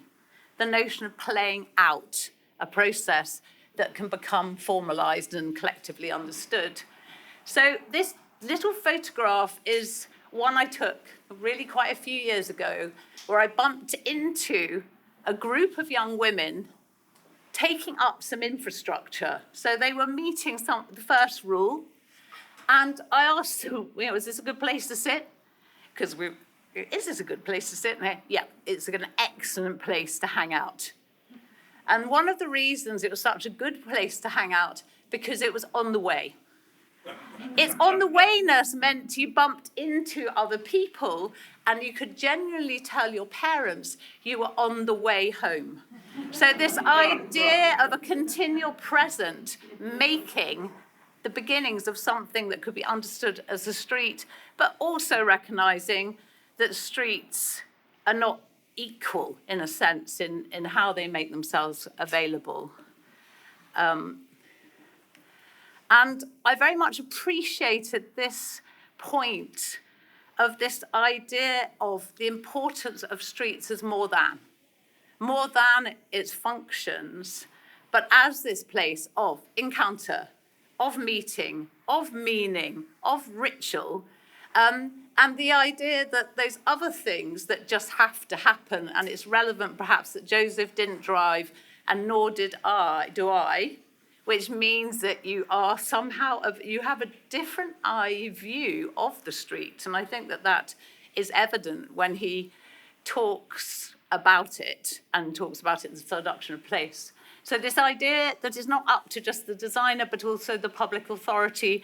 And this is where I want to name Corey Defoe, who I'd really like to get an honorary fellowship for. He's my client in Hackney. He is someone who does seminars for those of his colleagues who are responsible for patrolling the street, for deciding what can and can't happen there. licensing, public safety, secure by design. And he goes around the room and asks them to describe what they define as antisocial behaviour. At the end, these are seminars for 20 people at a time. At the end, he comes to himself and he says, without being sentimental, I'm going to start with my grandmother. My grandmother defines antisocial behaviour as people who stay inside their houses and utilises that as a mechanism to think differently about those who use the street. And here I think of this phrase, buffering, that Joseph uses, the idea of this interaction between the human interventions and buildings, a kind of zone of negotiation. This is a street, again in Hackney, where the car has left very little for that place of expression. And I'm lucky enough to be working with my client on exploring small interventions to not fix use, but just make some small possibilities of accommodation. And I think we can imagine other places of that buffering, of an extended threshold, as the idea that in order to take part in the street, there has to be a kind of vantage point to do so. One can think again of Alberti, of this sort of repurposing of practical function, i.e. the steps are both for accessing a door, but they're also a place to sit, for nursemaids, to sit and watch children play. So this idea of this layering of meaning, being able to come to the street itself. And that condition we've just seen in Vicenza by Palladio, I think we find again in the pleasures of sitting on a curb. You sort of need to be far enough away from traffic for your feet to not actually be crushed, but it's something about the curb that is pleasurable, that it allows a sort of trespass into the street as carrier. And in this case, I'm going to start referring to Muff's work. This is from Mile End, where meaning, memory, and ritual begins to be introduced. So here, the missing column, for those that know it, from the department store, which couldn't build a continuous facade because a small jewelry shop refused to budge. So it leaves a gap. And so we inserted that column propped against the curb.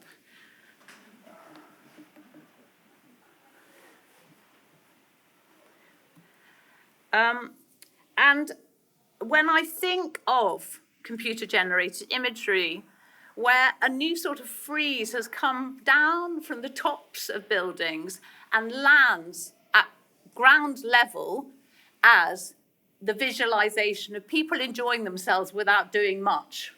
You know, they move backwards and forwards, someone holds a child. In the old days, you used to hold a balloon, but there is no friction there in those encounters, no pain, no tears. It's just a sort of happy foreground. And I suppose that attempt to introduce some hard stuff, that the notion that streets are the place for our best and worst of times, places for reverie, as well as encounters are not always joyful. Here's an example, again, from our work in Whitechapel Road, where we brought to the foreground 3 different histories of a very small patch of green out of Alley Park, the original churchyard of the Whitechapel, and then the named after a murdered garment worker, but also the place of the Shahid Munir monument to the Bangladeshi martyrs to language and culture. And so here in Outerbout Alley, we bring to the street fragments of these lost buildings. We extruded a part of the profile of one of those churches. My work partner, Catherine Clark, imagining fragments of the original White Chapel rescued from a robber grave. In the background, the loving care of that monument, and the plinth of this history being appropriated by others. And that same plinth, which we placed at 45 centimetres, i.e., and go back to that idea of the sitting and standing, the moment of sitting, 450 millimetres, pretty good, as a chair, becomes the place where on the 21st of February, if anyone's around at midnight, people arrive with flowers as an act of honouring the language martyrs. But it is also a site of congregation and protest. In the image is 2016 Black Lives Matter, and on the right is the marking of the Cable Street riots. I think what we see and what we learn and what we read in Joseph's writing is it is the streetness of the street. It is the formal taking up of space and the pedestrians either alongside. And this is a recurrent move in our work. And here is Hackney Wick, a factory town, part of London, built for work. There were no parks. When it came to some funding, we had to find the space, and were only able to do it by rerouting cars and taking up the space with a tree, planting a tree within the carriageway, closing the street with benches, an assertion of a kind of recognised trope, but also the pleasure of walking down the middle of the street, which I suppose so many artists have enjoyed, and gentrifications followed because of it. And just to end my segment of today, we're thinking about housing.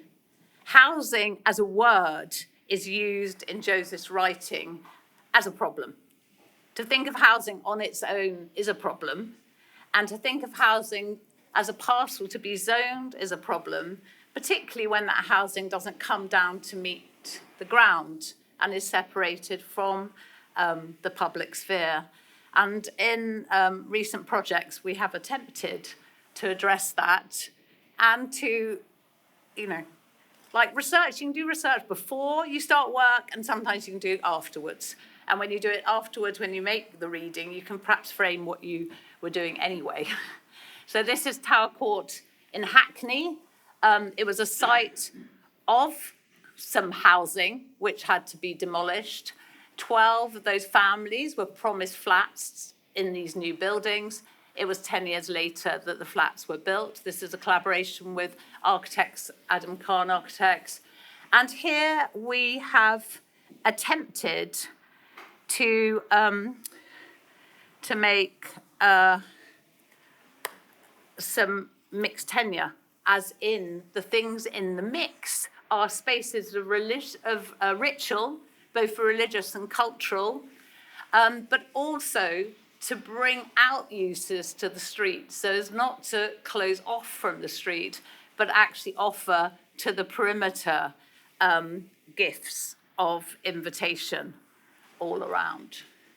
And so here are pictures from the ground floor, from within, looking out towards Clapton Common, and you can see marked, this is not an exclusively Orthodox Jewish estate, but there are many families here who are.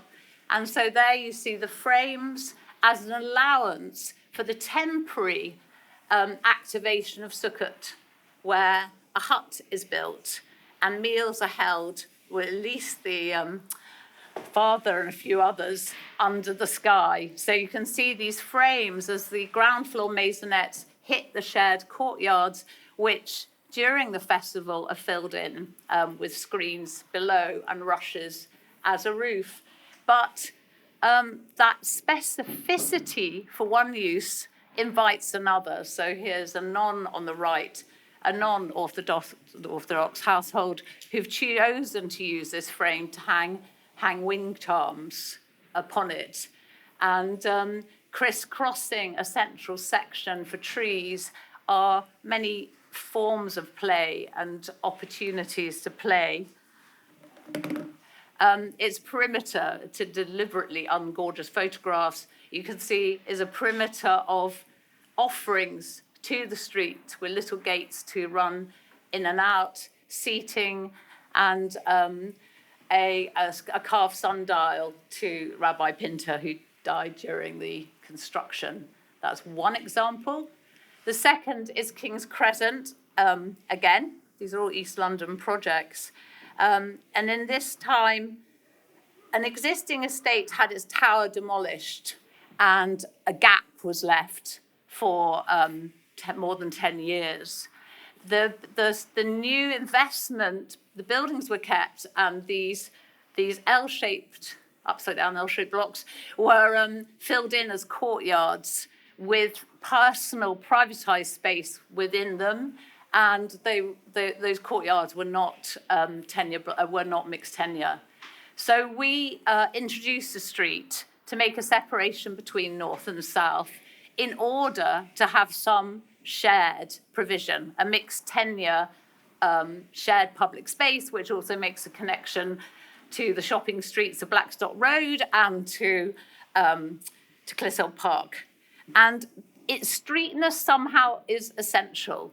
And I felt like this kind of worked for the texts, thinking back to Joseph's text, because play itself, he says, is metamorphic and can make meaning. So this idea of props as invitations and validation of the place of play in children led to a shared demand, in a sense, that what had been insisted upon as closed courtyards in phase one, now we have a space that's about the size of, a kind of, I'd say more an Islington Square than a Bloomsbury Square, but an open space, shared space, and all the courtyards are open. So use, and in this case play, changed meaning and changed town planning. And that place to play also includes a place to watch. I think we think back to the curb, because perhaps the right to the city is also a right to observe a city. And the act of observing is propositional.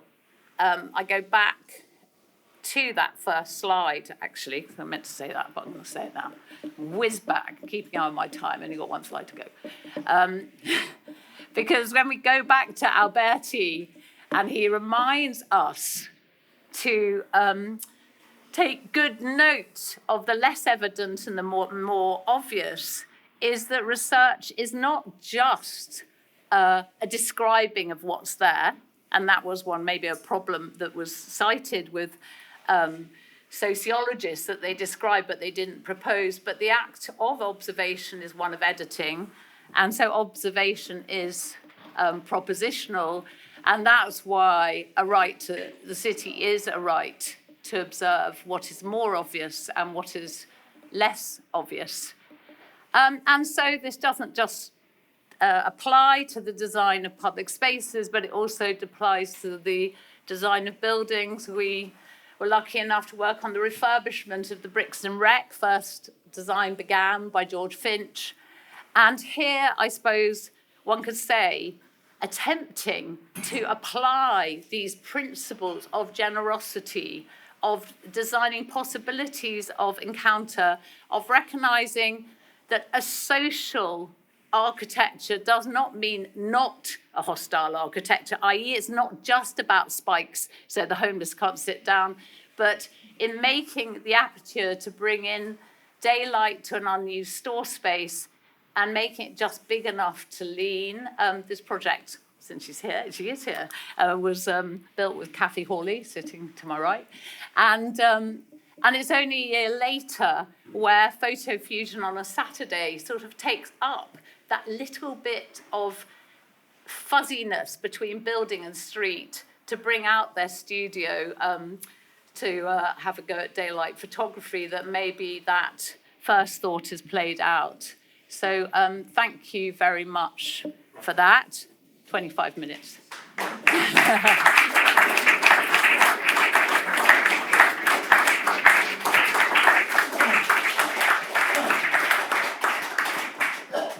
Thank you. Thank you, Liza. 25 minutes is perfect because it leaves us a little bit of room maybe for some questions, because I think, it was quite a nice range of talks, and I think it would be good. Yes, definitely, actually. Patrick, Franco, and Pippo, if you want to sit around the table. No, it's not a question. It's just a little comment, Liza. Yes. That Joseph would have been very happy listening to this chat, because one of his favorite after-dinner gossipy talks was how Lucan's definition of play space, the street as an endless possibility of sort of playfulness and life. So I think today he would have woken up and feel really happy. I'm sad. I didn't dare to make use of it, and this is a good example, isn't it? If you find yourself not having quite the conversation you could have with people, let's try having them. Yeah.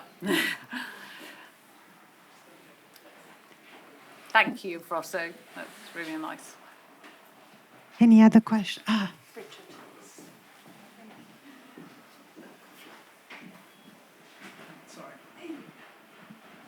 It's a muff question. Do you think... So I have a word for what's happened to the world. We're not quite the same generation, but I have a word, which is lanyardism. So we now live with something that didn't used to exist, because I don't think anybody who didn't go sailing knew what a lanyard was. Have the lanyards changed? So all of this work that you're doing, so all that work is all what I think is popularly called inner London borough.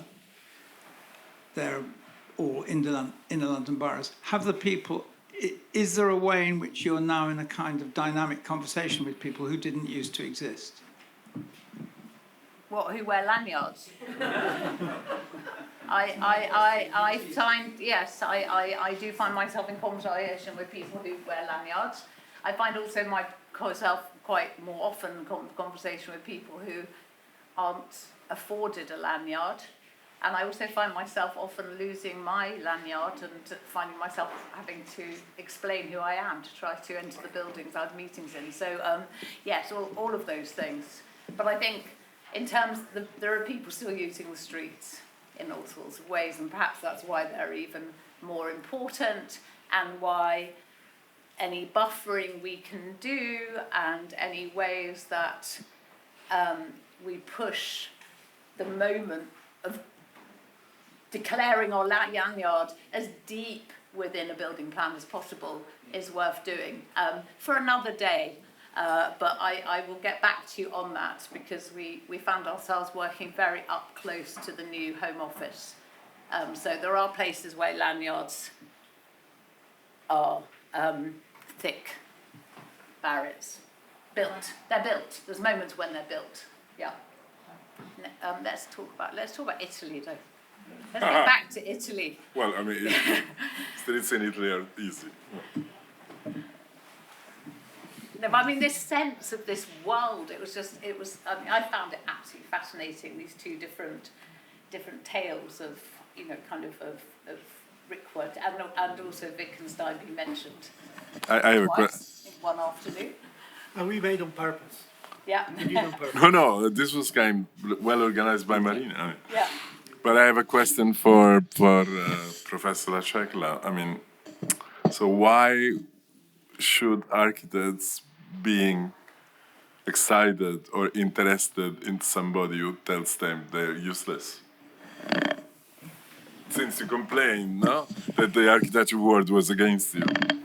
No, but I think And that... I was working on autocostruzione in those Sorry. years. Yeah. No, but I think, it's they are not useless, but the question is that their profession must. So my attempt in the last 30 years is to tell them that they can be extremely useful, but they have to change absolutely their tools for working. So architects have really no tools to understand the context. They don't use observation. So they don't do field work. This is what we anthropologists we are used to do, and this is what architects should do.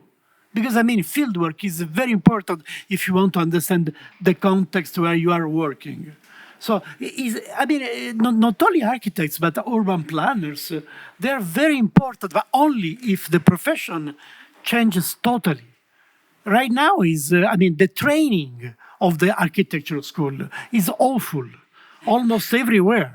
Doesn't give any kind of tool for understanding the social context where they are operating. And then, of course, there are many other things like let's talk about materials. Let's talk about how concrete is still the hymn of the architects and it's destroying Africa, most of Asia, China. I mean, concrete is crazy. And we are still doing an analogy of concrete. I mean, there is something about, modern architecture has become pure colonialism, has used its forms to colonize the rest of the world and to destroy all the other ways of life. And this means that something can be done by the architects as well. I mean, but we should really change. I think that we should change the school of architecture. Absolutely. Well, you're in a school of architecture. Exactly. And I think it's also a particular one. Something. I agree. There is a statutory difference between an architect and an anthropologist. The anthropologist is his own client. The architect is not his own client. I mean, you over-evaluate architecture. Architecture is a tool, is not the agent. Now you choose. No. You can choose your client. Yeah, but No, then but can I can tell all you something? stop. Yeah, Eddie. absolutely. There are very quickly, some architects do behave like anthropologists, though, because they do too much deep hanging out. Yeah, who forgets? They do so much deep hanging out with developers that they do not build for us That's a different way anymore. of being an Yeah. anthropologist. Yes. I never thought that till I'm now. gonna just give the word to Eric, and then we have another question at the back. And then Eric. so we can keep that for the roundtable discussion. I think it will be good. I just wanted to thank you for lighting a fire. I mean, I just completely missed it when Ellis Woodman asked a question of what was going on, because what I missed out was Percy Street at the AA and a complete counterculture of John Turner, Brian Anson, Gunter Nietzsche, to name but a few. Many of whom are kind of referenced by Joseph. And that was an incredibly important part of both the world as implemented through the Covent Garden Action Group with Brian Anson, but many others. And that is a bit of a missing link, I think, in architectural education right now. So thank you for reminding me. We're gonna have one more question if that's okay, and then maybe we can have a 10-15 minutes break and then reconvene. Hi, thanks. Super quick. In the context of the interest in Alistair McIntyre and Ivan Illich, did Joseph Rykwert ever cite Simone Weil, or was he ever interested in the work of Simone Weil? Is this something that came up? Yeah, I mean, of course, Ivan Illich had a kind of strange mysticism.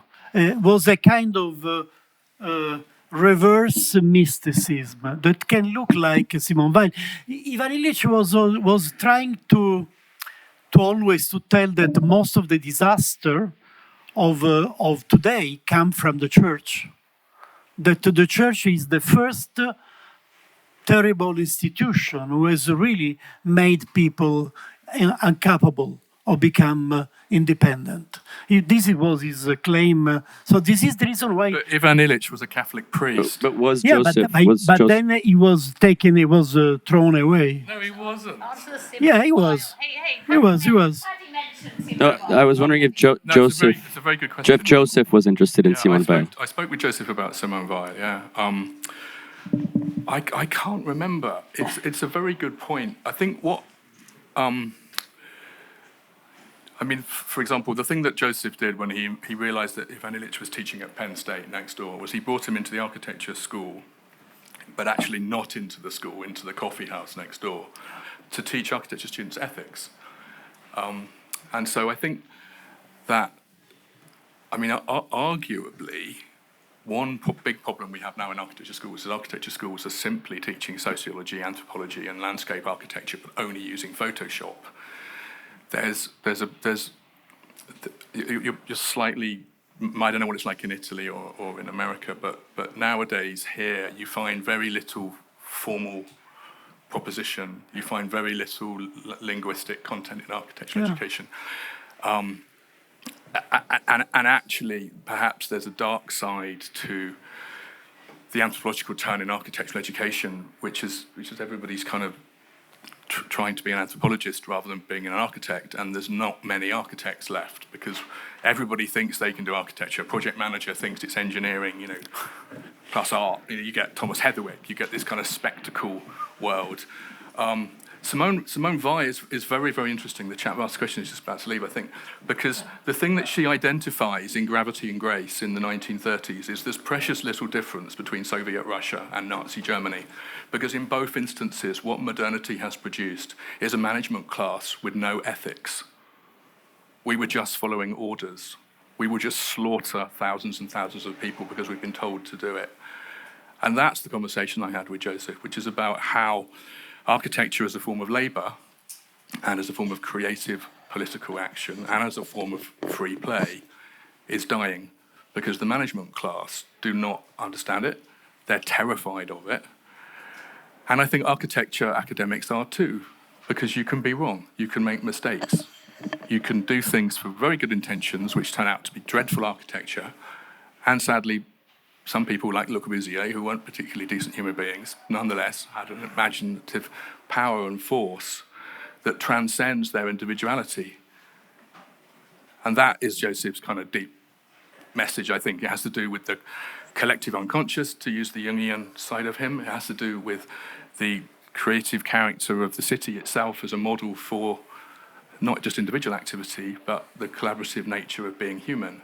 And so, yes, he and I spoke about Simone Weil, but I don't think he ever got there. I would have to trawl through my library. The last conversation I had with him when I was studying theology, I came to him for an informal supervision, and I told him that I was interested in the connection between Aquinas' notion of the divine spark as synderesis and conscience as a special habit.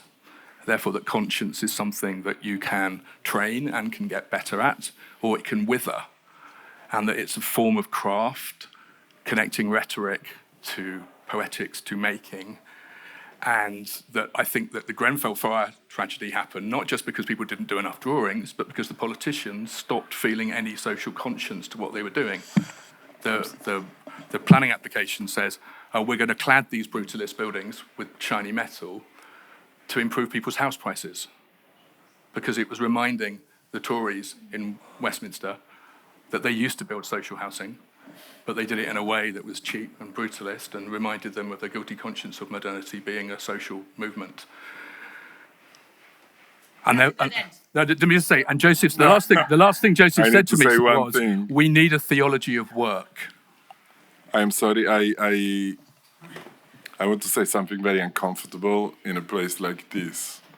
Compared to when Joseph was writing his things and when Joseph was around, I don't think the enemy, the worst enemy of ethics today is aesthetics. I think it's technology. Yes. So it's a completely different. So all this fight about architecture, leisure, or the egotism of architects is bullshit, I think, compared to the questions that technology is posing us today. So, and I think the word geopolitics are expressing this in a kind. So I agree on everything, but I think what's missing there, because the word was different. I mean, what I learned in technology by Joseph was the wonderful dancer of the early 20th century, Louise Fuller. What was her name? Today, this is a big point, I think, and it goes beyond. Yes, the developers are evil. We still do concrete, but wood in Italy is a fake ecological choice, for instance. No, we have no wood. It has no thermal. I mean, so the real point between ethics and the future for me is technology today. I think that maybe on that note, it's just to give us the chance to really have a little bit of to stretch our legs, and then is that okay to hold on, because we are come back in 10 minutes. Francesca, we may go for a break and let AI continue this conversation for us. But I think we can continue the conversation also. We continue in a round table, but it won't be a different thing. We are smoothly transitioning, and our guests, they're gonna stay here with us. So thank you so much.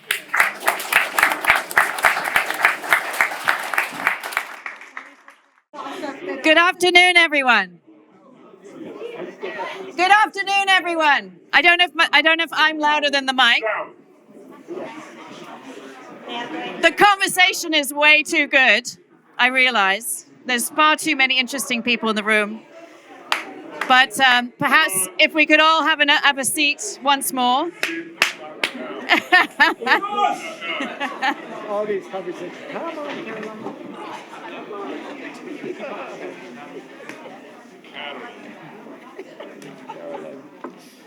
So, as the final act. Oh, yeah. Just stuff going on. I've got my assistant is just helping. I still look after your child.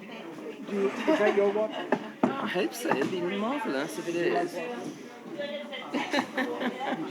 Every time I come to London, I forget to bring. I have now a bundle. So, thank you so much. I'm going to hand on to Francesca in a second. Of course, I hate to say there's anything particular to look forward to today, because it's been an extraordinary day. But I think the cast of characters we have gathered at the table as our final act is something really special. So I will let Francesca do the introductions, but welcome back. And Francesca. Thank you, Ingrid. Yes. Welcome to the final part of the symposium, which doesn't mean that it's finished, because as we mentioned, we will then have the book launch for the revised edition of Remembering Places, which is Joseph memoirs. So stay with us. Of course, there will be some drinks, and then we will transition slowly into the book launch. But before getting there, as I mentioned before, this afternoon it was, as also the conversation before hinted at a little bit about practice and forms of practice in architecture, and how this complex discipline and as a spatial practice has been also influenced and heavily influenced by the work and the thinking of Joseph. So I will introduce very briefly our guests, and then I will let you sort of introduce your relationship with Joseph through some words. And so we have Caroline Steele with us. She's an author, a writer, and we can say that your form of practice is writing in architecture and about space and architecture, and food is probably the lens through which you write about that. Then we have Jamie Fauber, who's the director of Jamie Fauber Architects, and he's an architect and, of course, studied architecture, and I will let you unfold your relationship with Joseph. And then, last but, of course, not least, is Richard Wentworth, who's an artist, a sculptor, a student of Joseph, but I will let you say more about that. Thank you so much for being here. So we've not prepared anything. That was part of the idea. But I did bring along two artifacts, which are about Joseph, and neither of them are very architectural, but they are very much. And actually, the first one I'd forgotten about until people mentioned Geoponte. And so I was in Joseph's flat having dinner, and Joseph had laid out his archive, and this is the first thing I picked up. And it's a letter from Geoponte to Joseph. I think you can read it. Oh, the top says, "O Joseph, O pilgrim."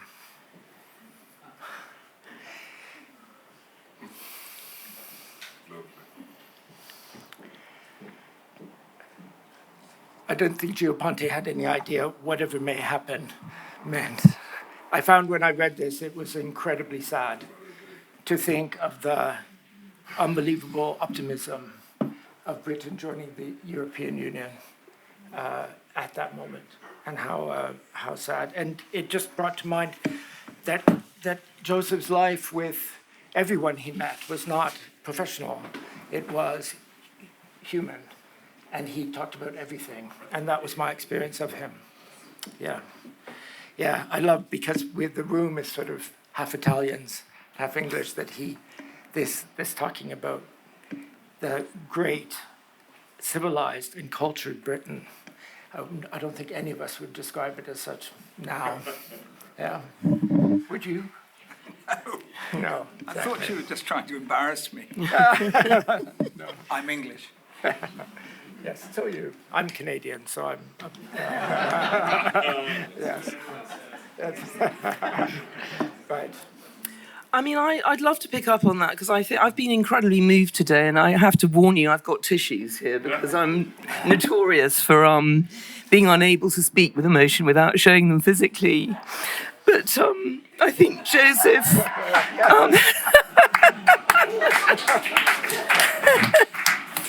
I think Joseph would... I was actually taught by Joseph as well. I've got one of these weird beginning and end stories. His is a very European story, and I thought it was very powerful. I've always thought that somehow Western civilization kind of peaked sometime in the mid-20th century, somewhere in Middle Europe. And there were extraordinary characters like Joseph and like Dalibor, but particularly Joseph, who just seemed able to embody, all the thinking and all the complexity and all the richness of, well, literally Western thought, and have it in their head, as somebody said earlier today, which is insane, because I don't know how many of you actually went to his flat, but it was at least as big as this room, probably bigger, lined with books wall to wall, and he literally knew as we learned, not every sentence of every book, but I mean the key bits he needed, he knew. It was a mind palace, but also just such a humane, wonderful place to be. You always met him around food, as you said, and many people have said today, the conversation was always so human and so warm. And you felt sort of wrapped around by this extraordinary planet of a brain, but also this deeply, deeply human man. And it's just such a powerful combination. Sorry, did warn you. And no, it gets worse. I'll try to control myself.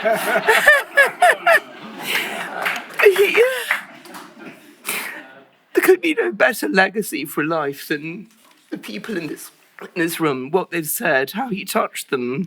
And I think the remarkable thing is, he wore this extraordinary knowledge so lightly, as again has been said many times today already. You just felt you were chatting with the best conversationalist and the warmest possible human. And yet, you had felt this vast wealth of wisdom and knowledge behind you that would just come out effortlessly. And he shared that knowledge with such generosity, without any kind of... Well, what I was going to say is everyone that's spoken today feels like they had a very personal, unique relationship with him. And I think that says everything about him that in a way needs to be said. That generosity, exactly, and that sharing and the lack of ego. And yet this... So I want to say that they broke the mold. this is what we're dealing with. They broke the mold. So people like Joseph aren't being produced anymore, because he read. I mean, kids today don't read. I teach, and if I say to a room of students, by the way, here's my book list, and it'd be wonderful if you went off and read these 30 books, a look of panic comes in their eyes, So I think something we have to really treasure and try to carry on from Joseph's legacy is that there's no substitute for actually doing the hard yards. I mean, David's wonderful anecdote about being consigned to the London Library in the Warburg until further notice, and by the way, learn German, please, I just think it's so powerful. And I mean, for me, I just feel we have to carry this torch. We have to carry the torch for doing the work, seeing the world. It's come up so many times today as well, and paying attention. And then bringing the human into what we do. That for me has been very powerful. I don't know whether to tell my personal story. I do talk a lot as well as cry a lot. So, I just briefly tell my personal story that's actually only come together today in a way. But I was taught by Joseph at Cambridge. And it was quite weird because he was like this, again, somebody else said it today, like this ghost figure. I think it was people. This person called Joseph Rykwert who does these amazing lectures on the orders, and he didn't do them, by the way, in the faculty. He did them in another building called the Old School, and you had to sort of go to this special place and sit in this very old-fashioned lecture room. And there was Joseph at the front. He did 7 of these lectures, each of which was about 2 hours long, on the orders. I was in my first year, and I was kind of going, okay, scribble, scribble, scribble. No idea what any of it's about, scribble, scribble, scribble. But there it was. There was this entity, this thing, this deep knowledge, the sort of the primal, what it's all about, just there, but I couldn't access it at all. And he did give us seminars, but it was, again, this sort of, that thing of silence, asking the question, our eyes stayed down. We didn't bridge the gap at all. And then many, many, many decades passed, but meanwhile, I was taught by Dalibor, Peter, Eric, who in many ways, a lot of the sort of the deep agenda that sort of Joseph was able to sort of lay out was also still available in the school. And of course, Joseph never taught us in studio critically, and I think that's really interesting as well. But Dalibor did. So, and then there was another moment today when we were saying, well, actually, Joseph could very easily have been a designer and a practitioner, and it's interesting that he didn't do that, but nevertheless. Many, many years went by, as I say, decades, and I ended up, as you kindly said in your introduction, writing a book about how food shapes cities. And the reason I wrote that book was because much of the teaching I'd received had made me think there's something in the architectural discourse that's so vital and so important, but we never address it. And I couldn't name this thing, by the way, for about 20 years. But it ended up, I eventually worked out the thing that was missing was life. Literally just human life.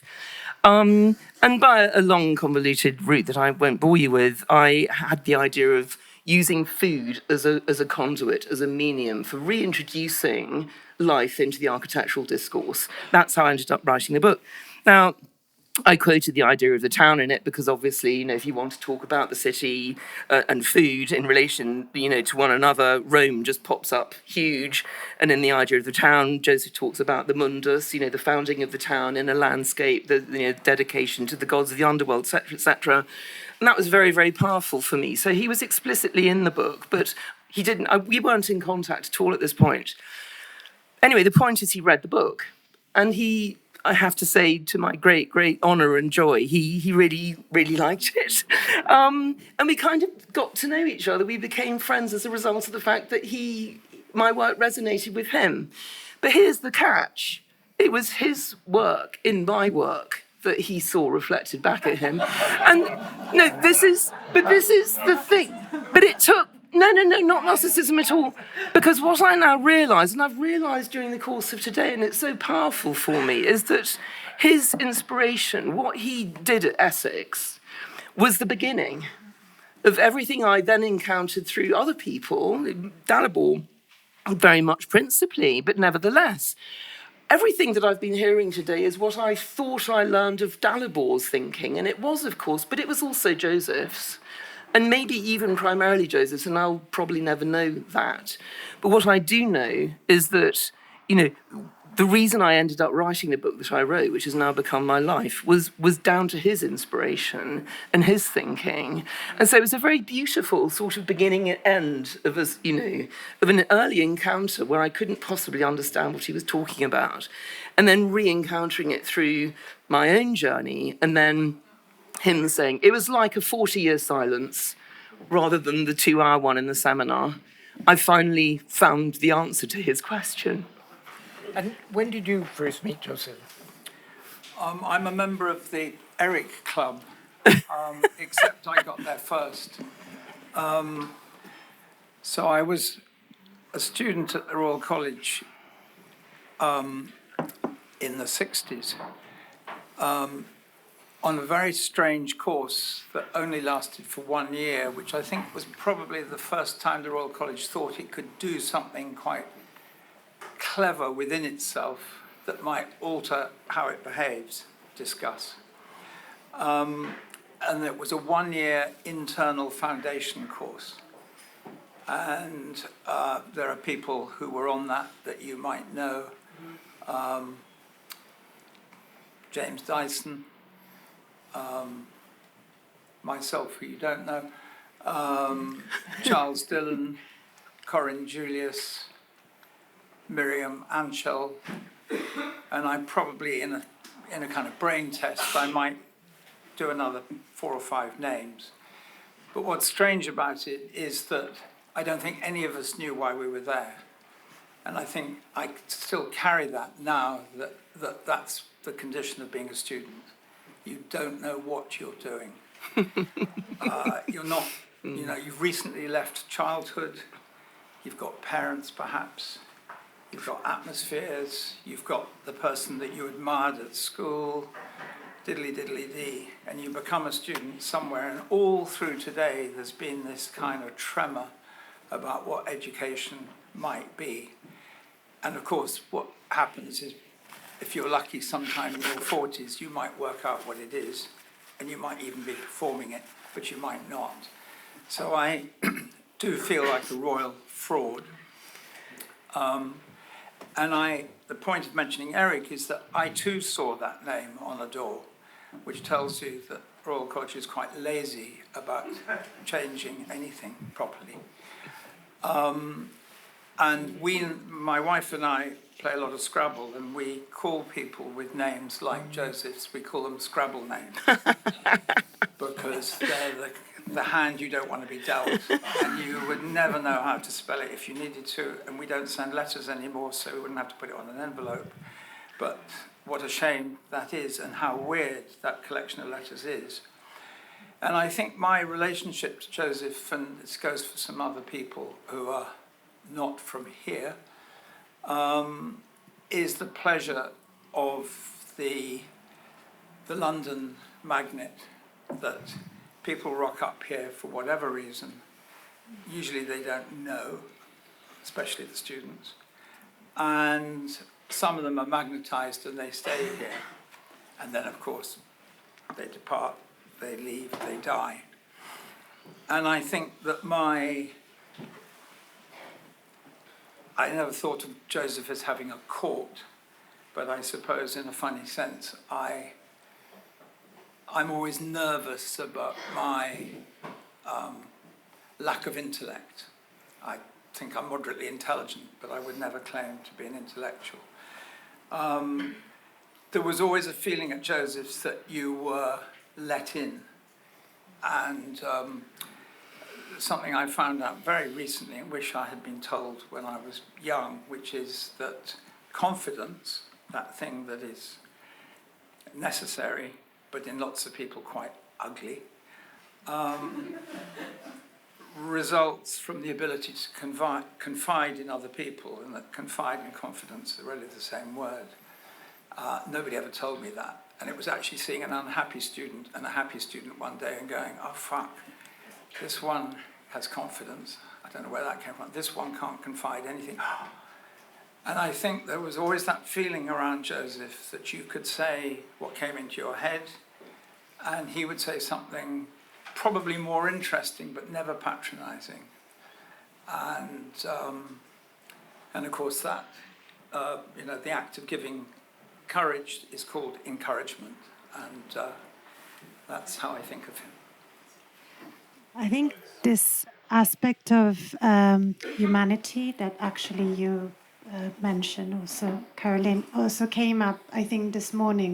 I think it was in your talk, David, when you mentioned that how he wasn't he wasn't at ease when he was lecturing. He wasn't maybe at ease within the kind of wall of academia as a teacher, but he was in an inherent teacher. Like he was a life teacher in some sense that, like, when you were having a conversation with him, you were learning something. You had this you go away from that conversation with much more enriched. And I think it's interesting how that aspect that it's a human teacher is an educator in that way, I think, also then came as a sort of lessons, as an evidence of the lessons. So actually that what Franco then mentioned, that the sort of bringing the humanities in the architectural discipline as we actually saw,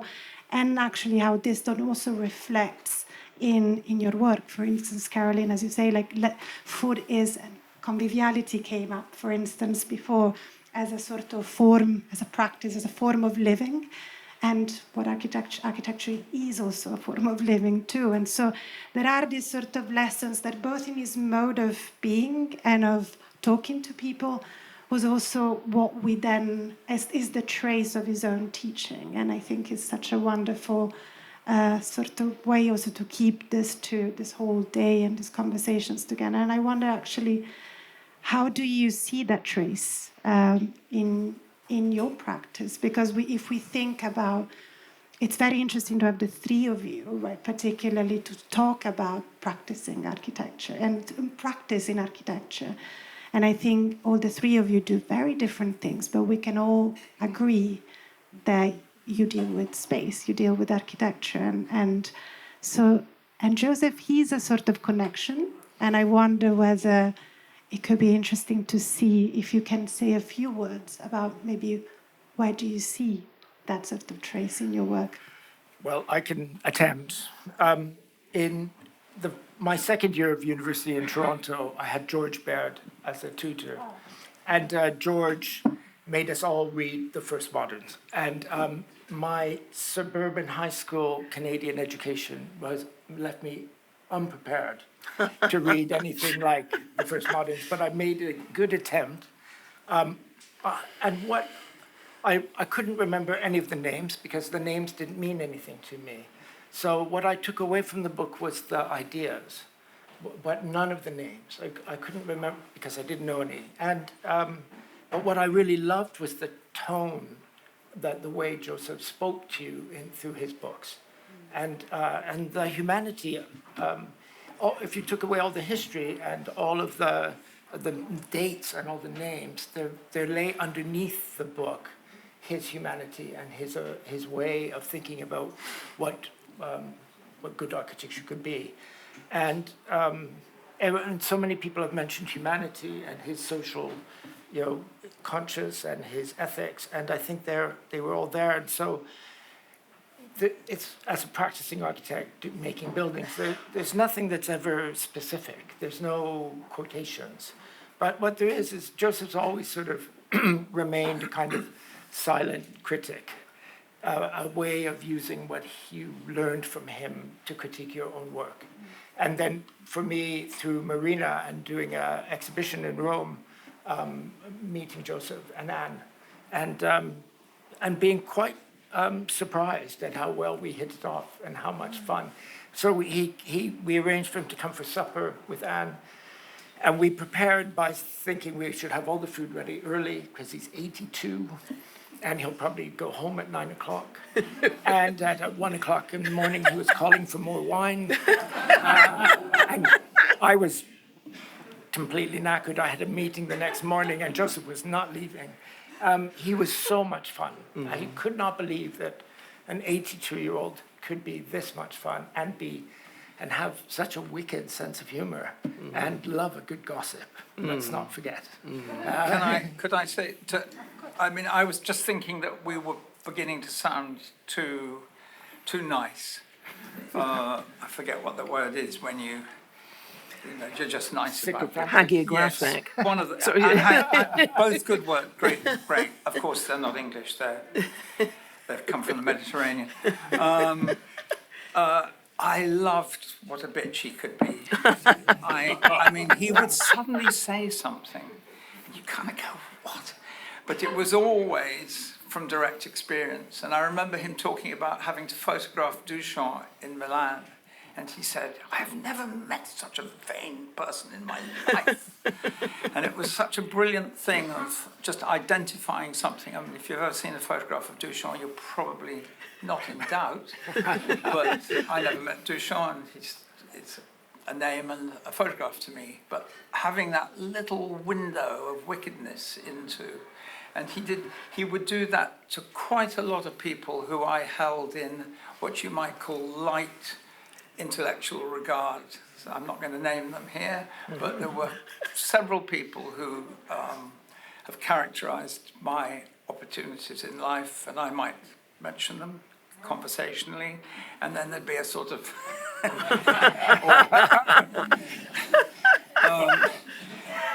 but just with mischief, and I think that's a great talent.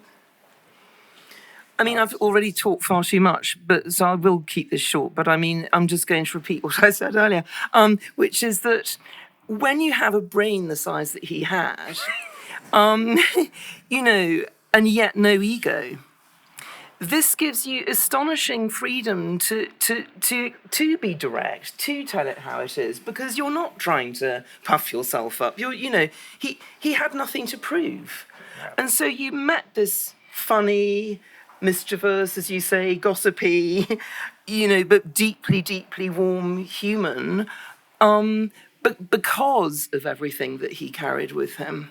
This is what I treasure so much. I mean, this is what to me, this is what we should all be aspiring to be, is you know, so well read and so thoughtful and so attentive to the world that we can just relax, in a sense, and be human too. To do both ends at once. This is an extraordinary thing. Because of what you just said, there's something that I know I've told you've got to tell.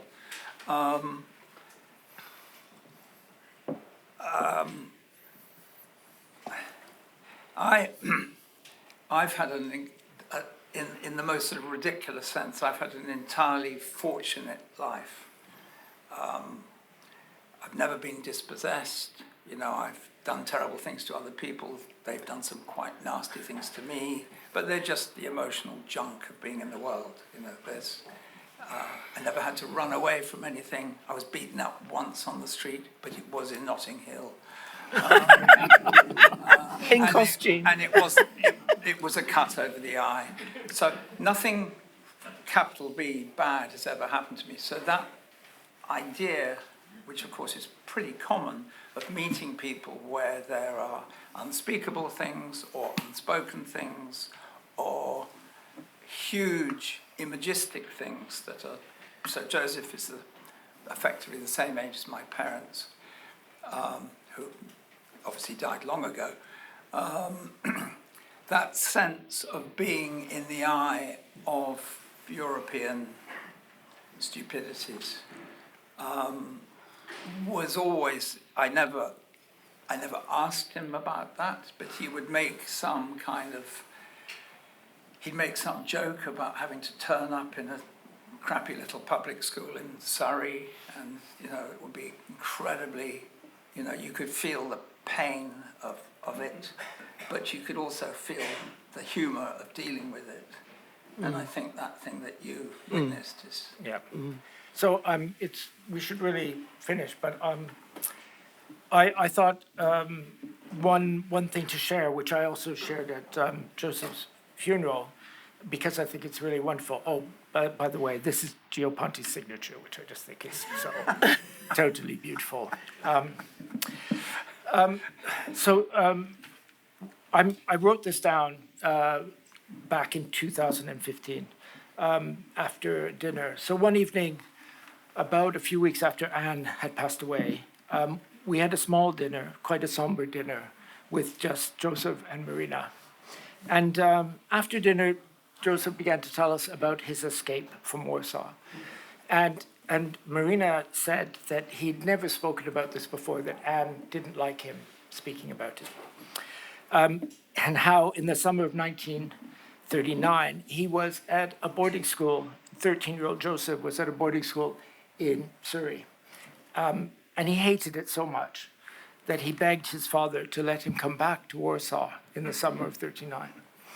And his father reluctantly agreed. He was probably the only Jew to be going to Warsaw in the summer of 1939 and not trying to get out. He was only home a very short time when the German invasion began.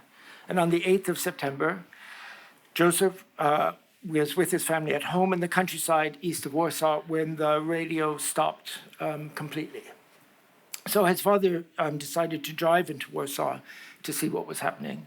And he soon phoned back home to Joseph's mother and told her to quickly pack and put everything she could think of in a car and drive east and north to Vilnius, where he would try to meet them, and he would drive separately from Warsaw, because they were quite south and east of Warsaw, so he didn't want them to come into Warsaw, and he didn't think they had time to meet in the southeast. Joseph recalled that really fondly that his mother packed a thermos of soup and blankets, but left all her jewelry behind, only concerned about her children's comfort. At this point of the story, he was naming places, so I got out an old atlas and opened it to a map of Eastern Poland. And Joseph began to trace the journey. And the detail of the map seemed to bring back amazing memories. And he spoke in great detail of this journey. Most of it I've forgotten. How he and his mother and his siblings were driving separately, and they were running out of petrol, and there's a huge queue at a petrol station, and they pulled up next to his father out of the blue. And his father had ration cards for petrol, so he was able to get petrol, and they were joined, and they drove on to Riga. And when they arrived at the harbor, which was totally crowded with refugees, it was only because his father had brought with him proof that he had a British bank account, because his father was did business in England, that the Swedish authorities allowed Joseph and his family onto a boat, which took them to Stockholm, and everyone else was left behind.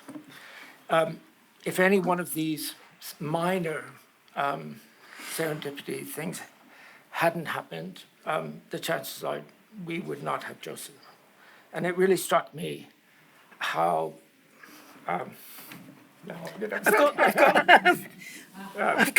just how wonderful it was that he survived, that we have him, that we have the dancing columns, and we have the first moderns. Thank you. Thanks.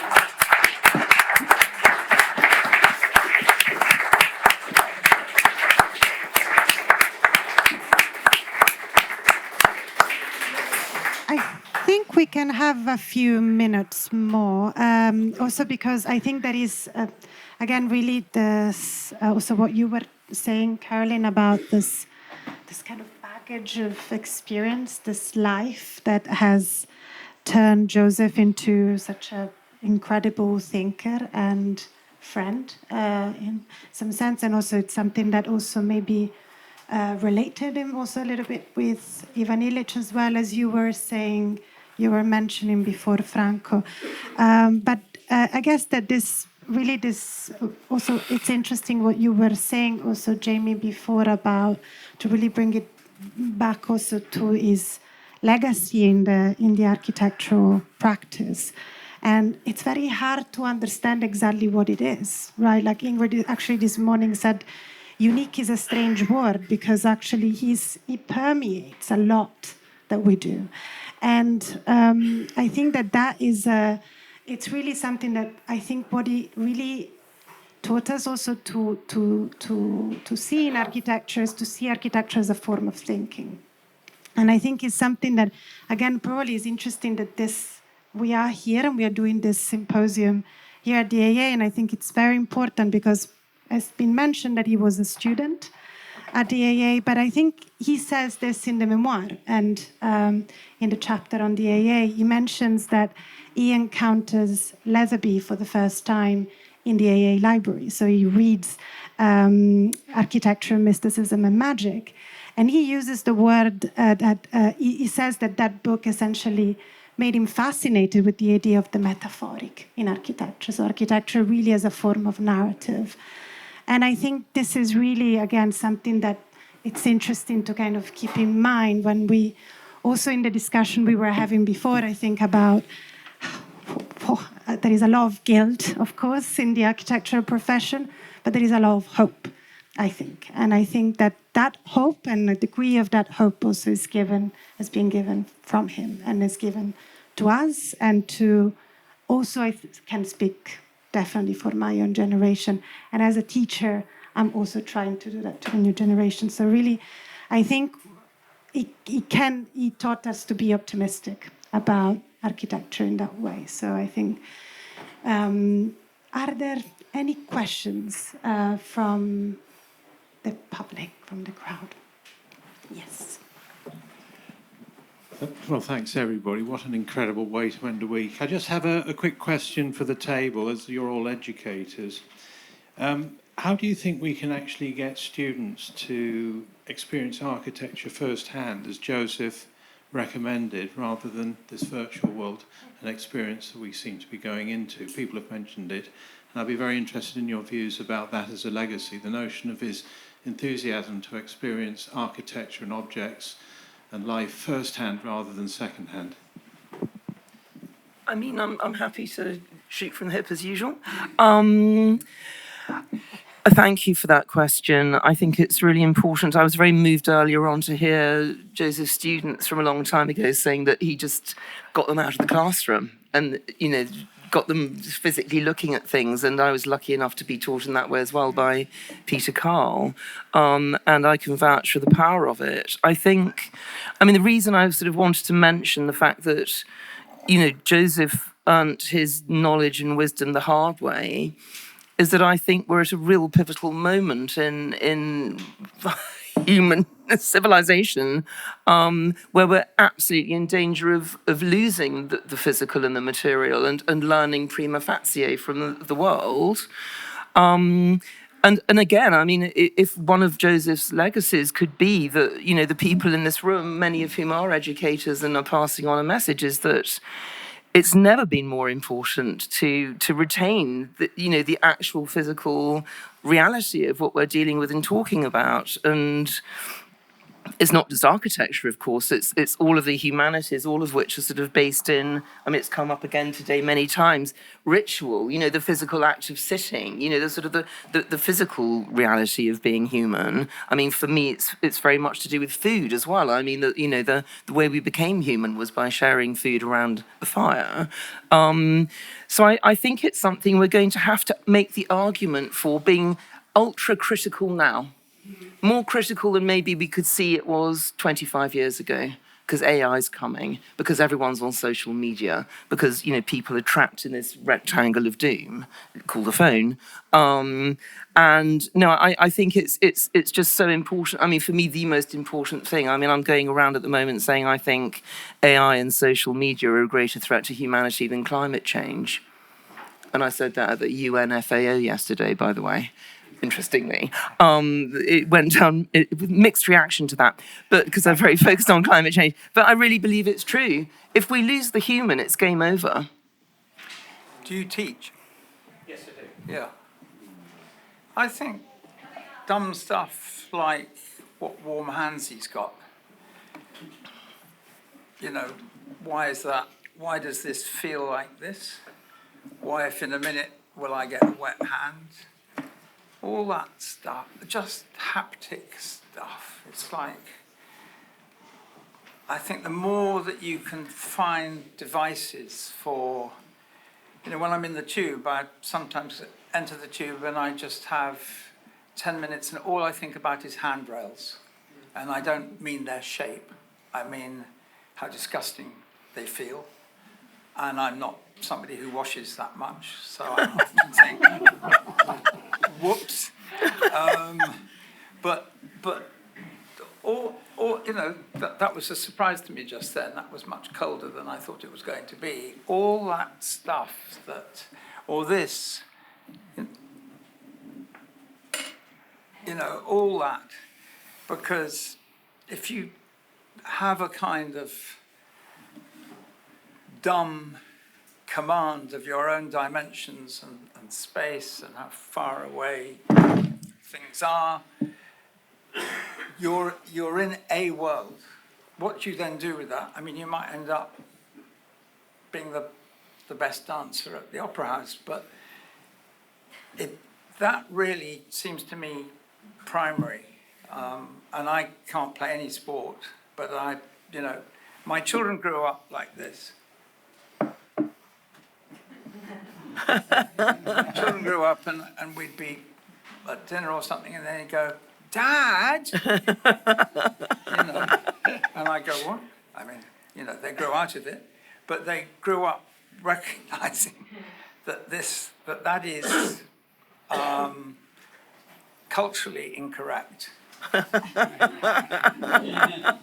mean, after that little bit of poetry, I have to say that, and I have taught. I taught here and I taught at the Royal College, but I haven't taught for a while. And what we're finding in terms of the students, the year out students and the students who come to the practice, and it might be because they are coming to our practice, is that they are totally disinterested in... Disinterested. Uninterested. Yes, correct. Stand corrected. Well, I told you I had a Canadian high school education. They are totally uninterested in computer drawings. They will do them. They make renderings, but they love pencil drawing, and they love making models, and they spend all of their free time going to look at buildings. And they have, because old people in their 30s, 40s made Zaha buildings. They're unbelievably disinterested in how wasteful all of that is. And they're completely interested in the tactile. And they are incredibly socially minded in terms of climate, but also in terms of the way we act as a society. They're inspirational to me.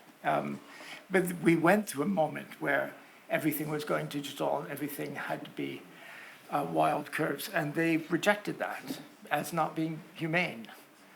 Maybe they're just the ones who walk up on my doorstep, but I have a feeling that's not really necessarily the case. I share Joseph's optimism. And then you woke up in the morning and it was the usual thing. No, it's... But that's interesting, isn't it? Because there may be a distinction between, I'm sure the students that rock up at your door are a very particular group, but I'm also sure that there is a reaction against the sort of the nothingness of endless computer-generated drawings. But I mean, that may also be separate from what's happening societally. You know, because definitely what's happening societally is that people are dissolving into their phones, without question. So maybe architecture has a role to play here too, you know, in terms of actually providing physical spaces where we can get together and be human in a real physical public space rather than disappearing, you know, down YouTube. And I mean, I also am an optimist because there's no point in being anything else, you know. But, well, there just isn't, is there? But, you know, I think again, yes, Joseph's legacy would very much, he would begin with exactly what Richard was just talking about, you know, getting in and out of a chair. As I have to read this essay, by the way, I haven't read it. I now have a burning need to read the chair essay, as I'm sure many of us in the room do. But, you know, how wonderful to begin just with the mundane. I love this word because we use it to mean boring, everyday routine. But the root is mundus, mondiale, you know, cosmic. You know, everything comes from that. I think that's one of Joseph's powerful messages. I think, because also, I mean, Liza, I mean, okay. Thank you, Liza.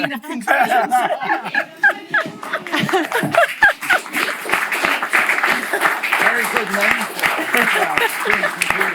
I was actually going to actually mention you, because you said like there is that sort of small scale, also like micro scale intervention, which is a very interesting way to look at the city. So you actually demonstrate that as well. Like, I mean, a good phrase that I'm trying to limit what I said today in my 25 minutes is to notice. So going back to this idea of looking for the visible and the invisible, to notice and respond to what you notice is, there's a chance then that the things you do, whether they're acts of hospitality or design, will make others feel noticed.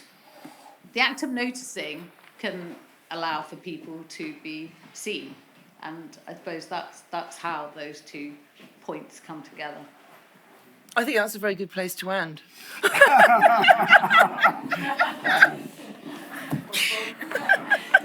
So I guess that makes me the bookends of the day. First of all, Francesca, thank you for being a wonderful chair and for all the work that you've put into this. Of course, Marina, this would not have been possible, obviously, without your instigation. Thank you so much.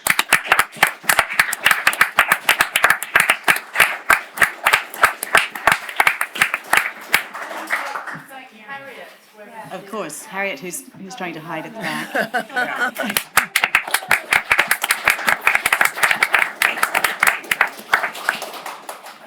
I think I'll end as I started. This has been an extraordinary day, I think, also personally, in that I've spent all day looking at the people who have taught me, who have been taught with me, who shared the conversation as it emerged in my consciousness as an architect, and have informed pretty much all of the outlook that has then taken me into this role. I hope that as an institution that Joseph Spirit is maintained through its humanity, mundane or otherwise. But ultimately, thank you so much for coming and to contribute to such a rich, almost overwhelming conversation throughout the day. So thank you so much. And we have momentarily the launch of a very important book. So if we take a short break and then we can resume for those of you who have the energy and would like to see this fantastic book. So thank you.